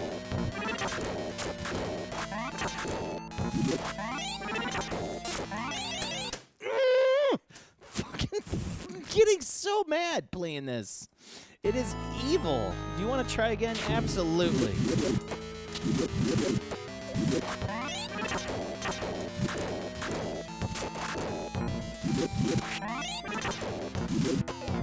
I just need to get over that jump, man.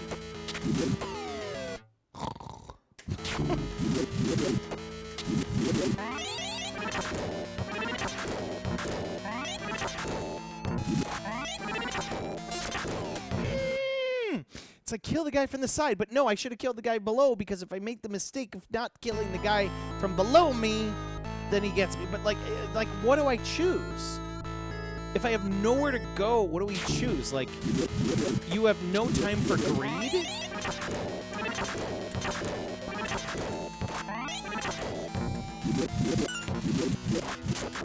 I bet you I probably can jump over those guys.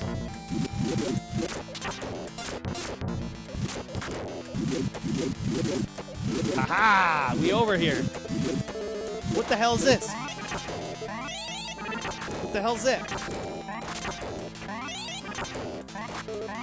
Kick you in the face.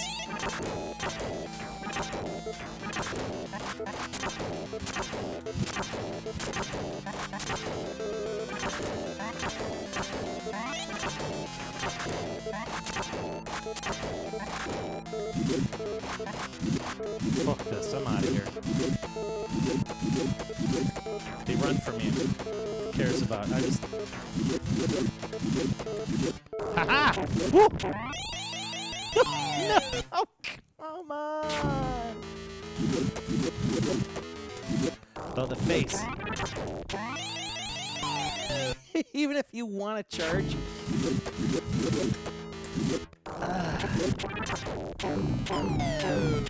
Really? Ugh.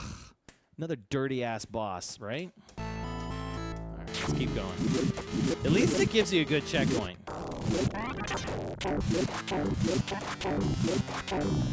I was gonna get in his face and let's kick him. Yeah, that's what I could do.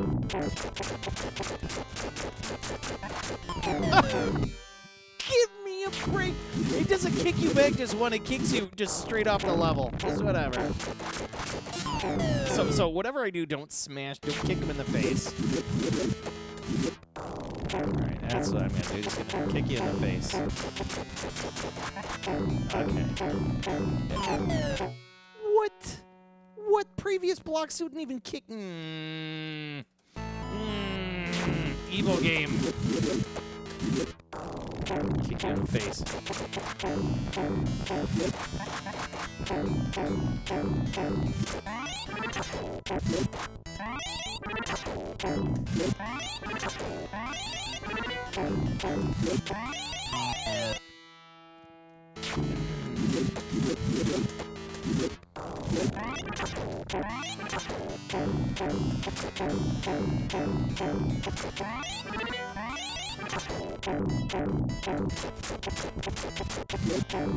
I like that idea. I guess I'll slide to this.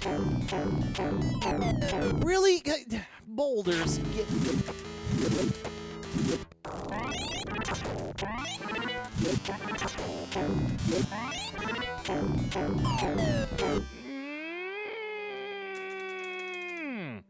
How many quarters do I got left?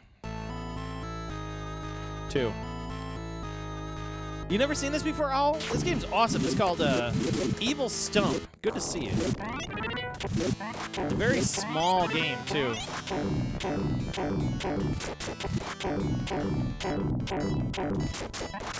Okay. No.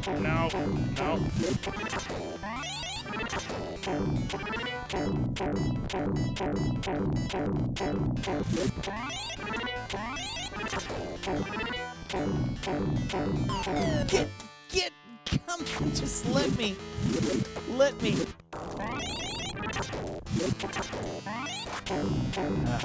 Alright, we're gonna kick you in the face. I think that's the best way. Just kick him in the goddamn face.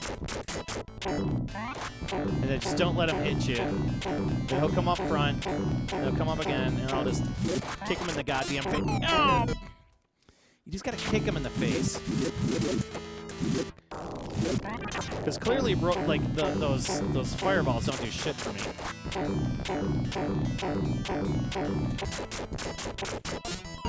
Dude, I'm getting away from you. Ugh. And you got this guy in your face, like he's just staring down at you. Yes, I want to try this again.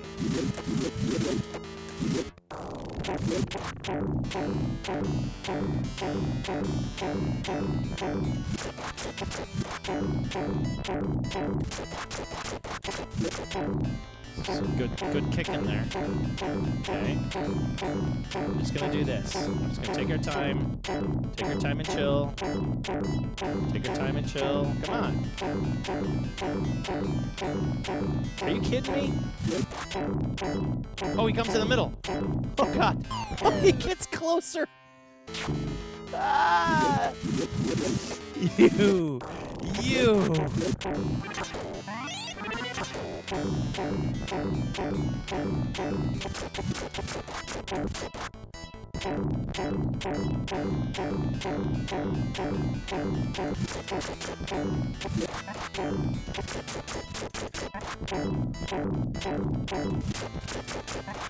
Yeah! Shit! Turd boulders. Devilish game. You ain't kidding me. Good to see you, Palm. Yeah, I'm sure a lot of people haven't seen this. More Salty, you haven't seen it. The Angry Waves of the Dead.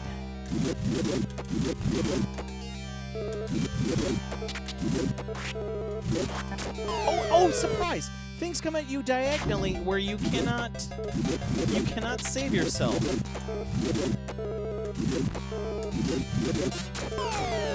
Oh, if you land on it, it forces you to jump. Brutal.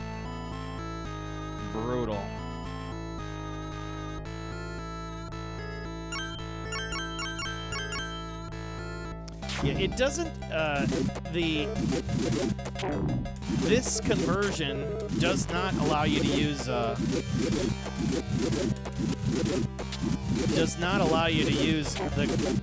coin mech. See that path?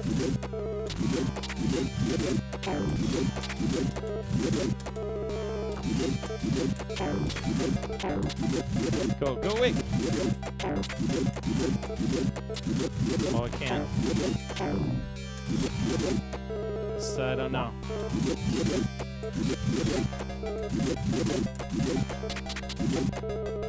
Come on back, Bubba.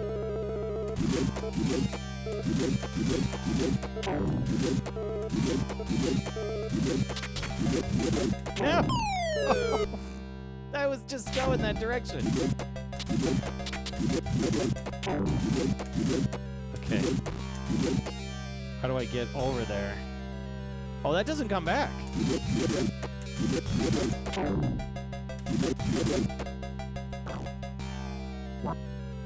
What's all these noises? Whop.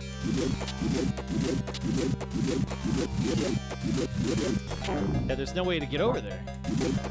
There's no other path to get through. So that ain't gonna help me. So then it leads me down here, which I don't even know if this is even where I want to go. Maybe it wants me to go this way. This is where I have to go. We'll find out.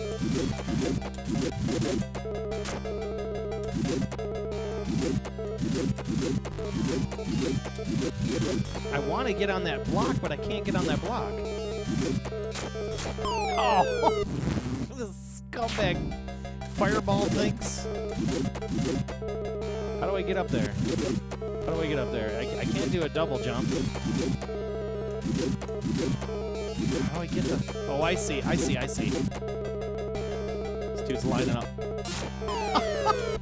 Damn it! I thought I passed him. What a hunk of just... Yes. I see what's going on. Okay. Now.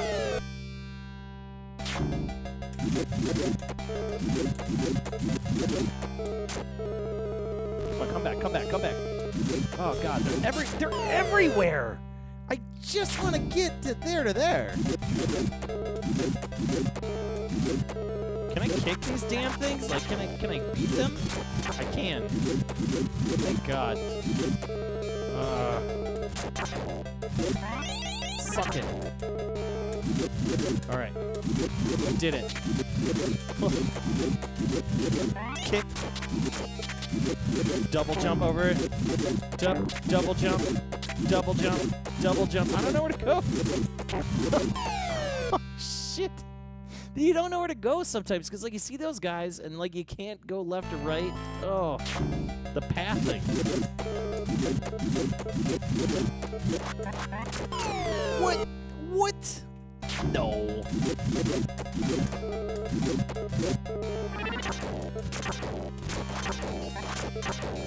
Suck it. Suck it.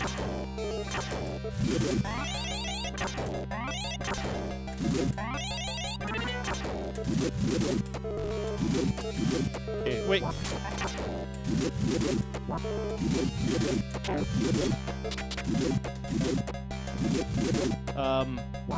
Wait.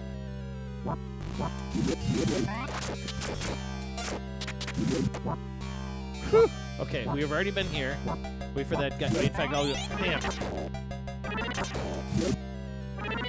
Okay, I think we killed it. Oh my God. Okay. How do I get...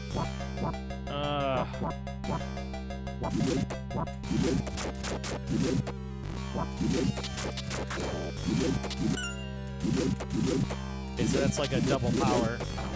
Okay. Oh, shit! How do I get in the hell up there? So I can't go that direction.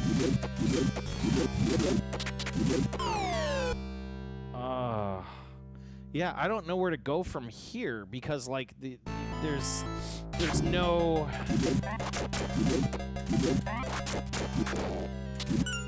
Like this, like, I want to get up there. Oh, hi. I'm stupid. Haha. Come on. No, I panicked. I needed to knock him out.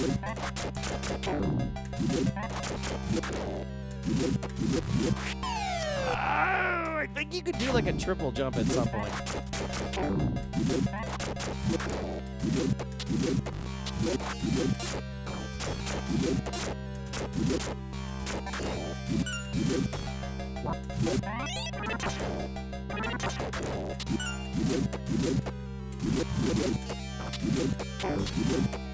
Yeah, making our way. Making our way. Where are we going? Where are we going? It's not enough. I was like 1, 2, 3, 4. No, no. And it's freaking creepy ass wood ants. Oh, we're gonna go till we're out of quarters here.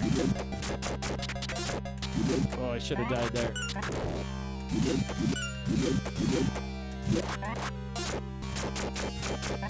Okay, so it's 5.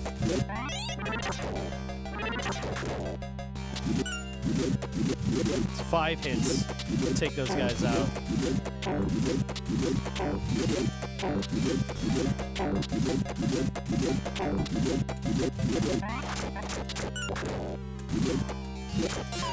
Oh, if they're doing the thing, you can't...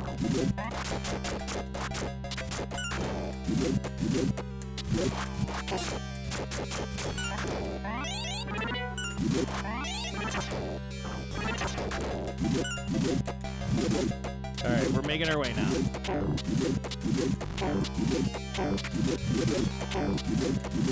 You have to be on your toes. You have to almost like program your brain. Now you have to program your brain to do dumb shit like this.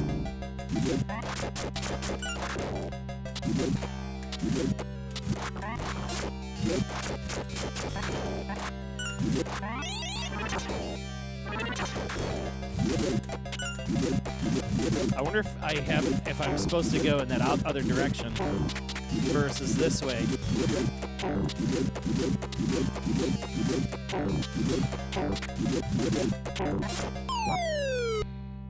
Or do I do the double jump when the thing disappears? Like, there's so many questions. Have a good night, Adigan. Hey, Juju79, what's going on, man? ASDF meets in the house. Checking out a unique title called Evil Stone, which this game is very evil. Very evil. Very toe plant vibe to it.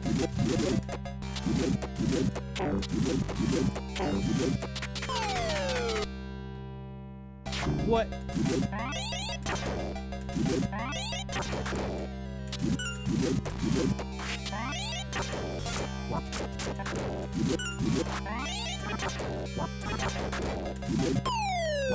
Oh.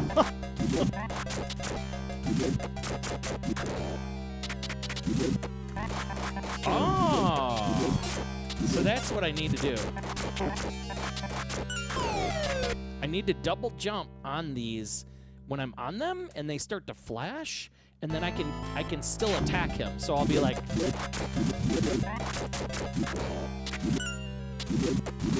I need to.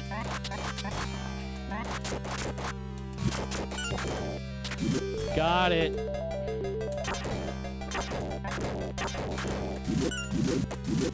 Got it. Okay, now I have the tools of what I need to do to take on this guy down here. I double tap, you mother blessed.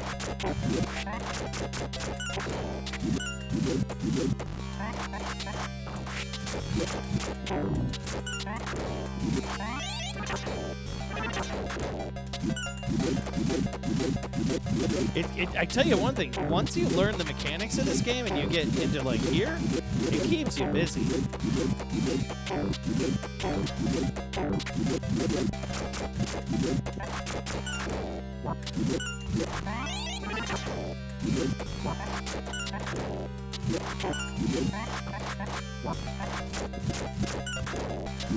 Oh my god.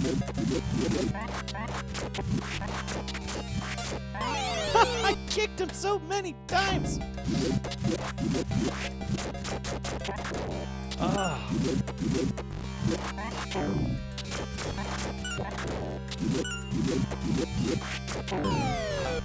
And again, I should have just stood there and shot the guy. All right, we're going to go to my final quarter before I freaking lose my hand. We're at 2 quarters left. And then you can definitely say we have put in the extra work with Evil Stone. No! It's getting those time jumps and doing the double tap and thinking about, like, double tap at the same time. Double tap. Kick, kick, hit, double tap. Kick, kick, kick, tap, tap. Hold down, fire, hold down, fire. Double tap, tap, tap, double tap. Tap, tap, tap, tap, tap. Tap, tap, tap, tap. Double tap, tap, tap, tap. Tap, tap, tap, tap, tap. Double tap. It's like kick, kick, kick. No, double tap. It's rough. It's rough. All right, final quarter. Final quarter for the Evil Stone.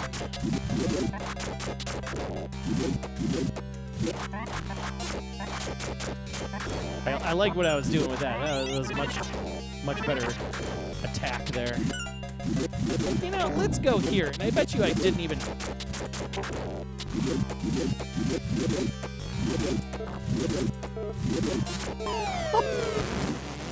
Come on!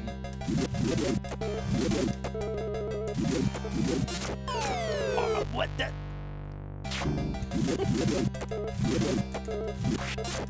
How am I supposed to get there? Or do I kill those things before? Oh, wait, I need to know now. One of these days I'm going to lose my mind just playing this dumbass game. Ah! Ha, ha.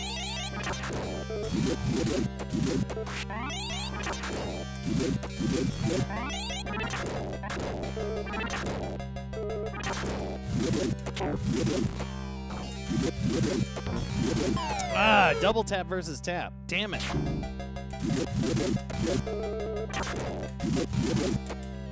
That was quick. You absolutely have to freaking get that.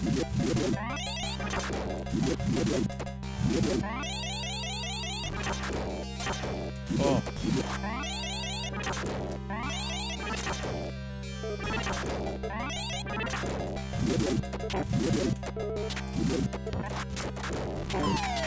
Dude, just give me a break. Let me get through this without you bothering me. And then you got this guy up here, and I couldn't imagine what the boss is gonna be like. Probably be some big angry face that farts out something.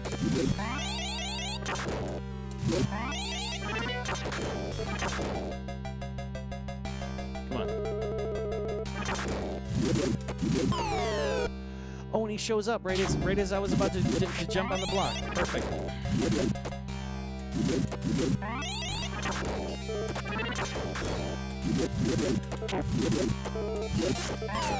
Just let me do the thing.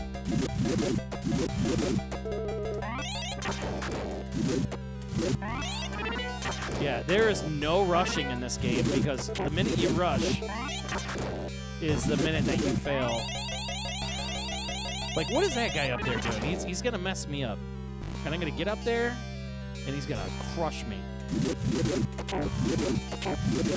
Oh. Okay.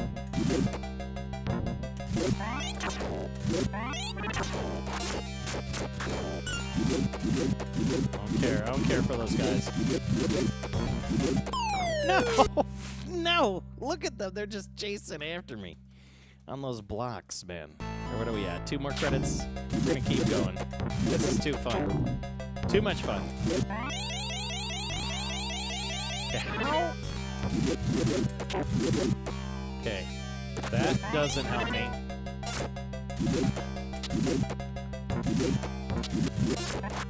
How did he die? Oh, see, like, how am I supposed to get that bomb off at... You have to be super quick.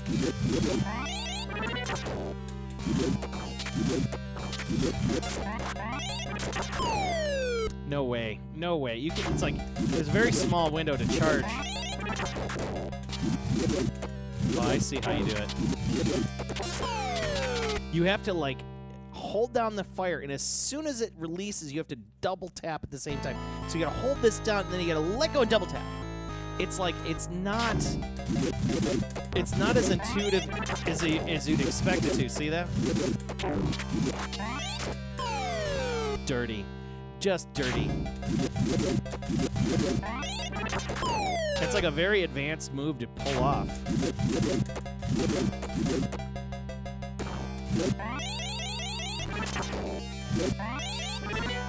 Maybe if I hit him... if he hit... No. Immediately it just falls. It's just a dirty game, but fun. Fun nonetheless. This is Evil Stone by Unique Company. You got meat. Sweaty meat, man. Yeah, the falling sound makes your nuts hurt. I can agree with it. I like that it tells you you can rest. You can go take a rest. But look at this. There's other stages. There's like all the way up to 8. Dragon. Super fun. Stone. Evil Stone. By this company named NC. They released one game. Never came out on a home console. Never had any other ports of this game whatsoever. As far as I'm concerned, I never heard of it until this year when I drove up to Michigan. And when we went to Michigan, like I said, you know, in my Discord, my buddy from Birdland, he had this, and he's like, "Oh my God, I've been looking for this forever. Found somebody who can do the conversion." And I'm like, "Okay, well, cool. Like, what is this game? I don't, you know." And the more I looked at it, the more I looked at like the YouTube of it, you know, I'm like, do I want to play it? Do I really want to hunt a board of this down for the fun of it? Like, what makes this so special? And the more I played, the more I started to realize, like, wow, this has some serious gameplay. Like, you can't play around. Like, look at this. He, like, knocked that.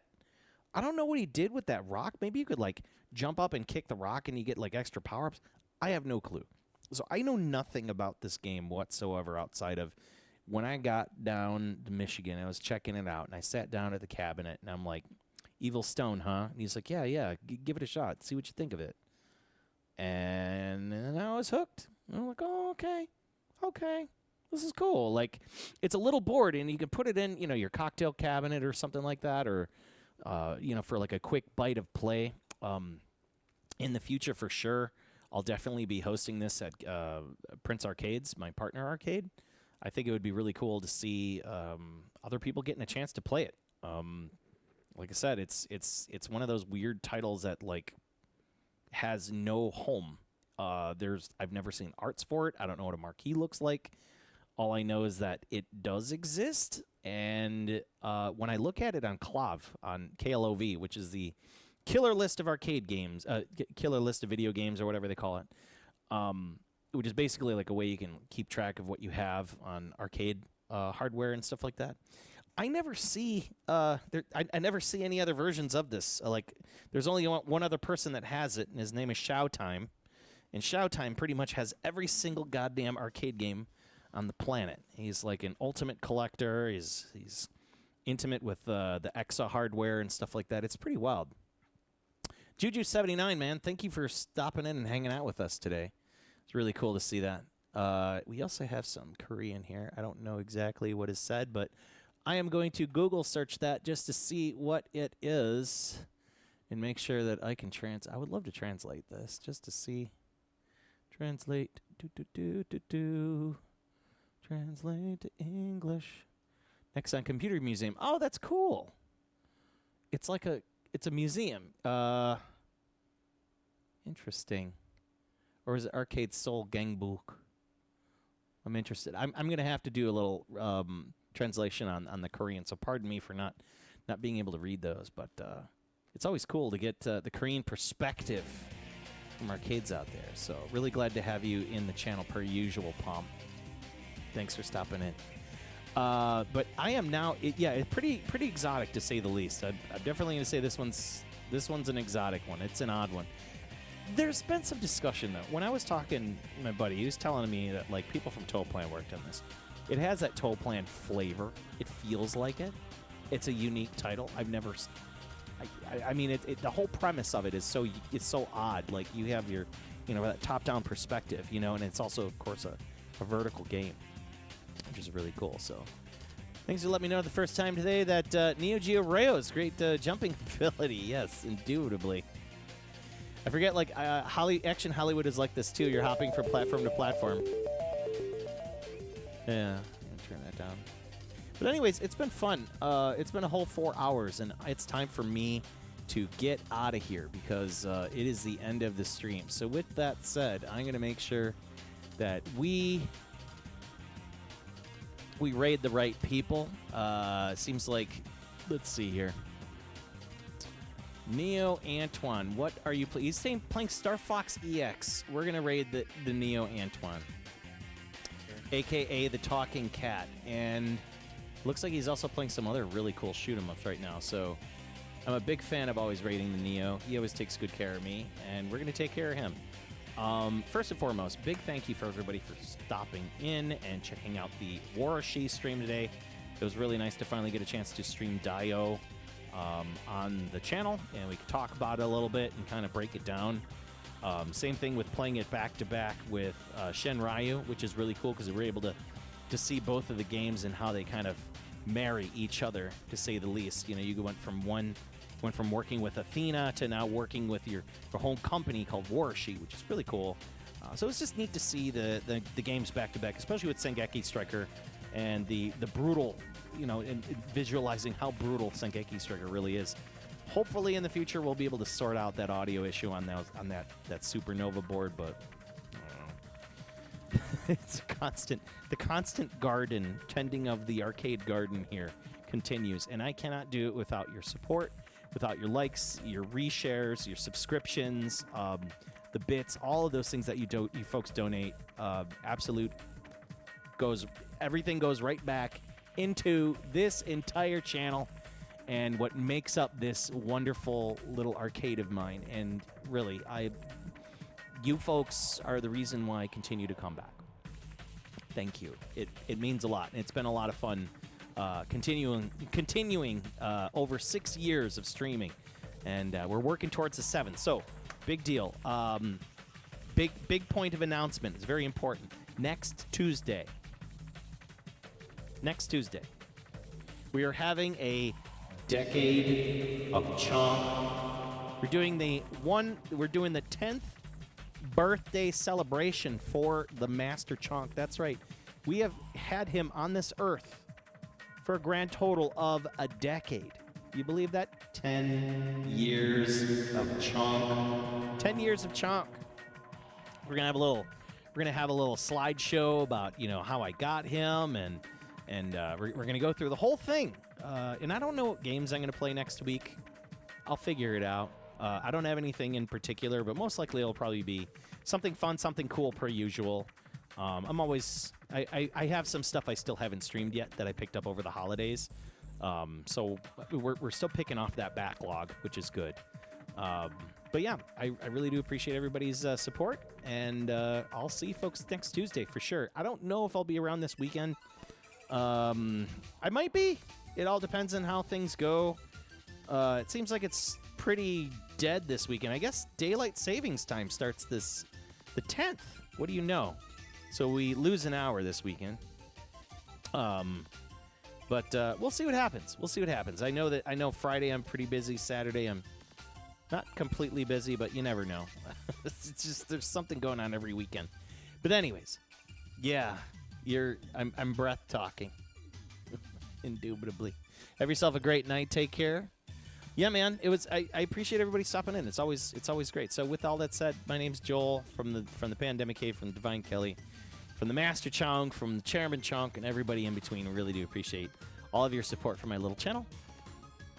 And I'll see you folks next Tuesday for sure. If anything, maybe Sunday. Maybe I'll sneak in a Sunday stream. Who knows? Maybe it could even be a log hype stream. Who knows? It is still cold enough to maybe even have a fire. I know we're overdue for one of those. So, all right, I'm out of here. Stay tuned for Neo Antoine, and I love you guys. Have a good night.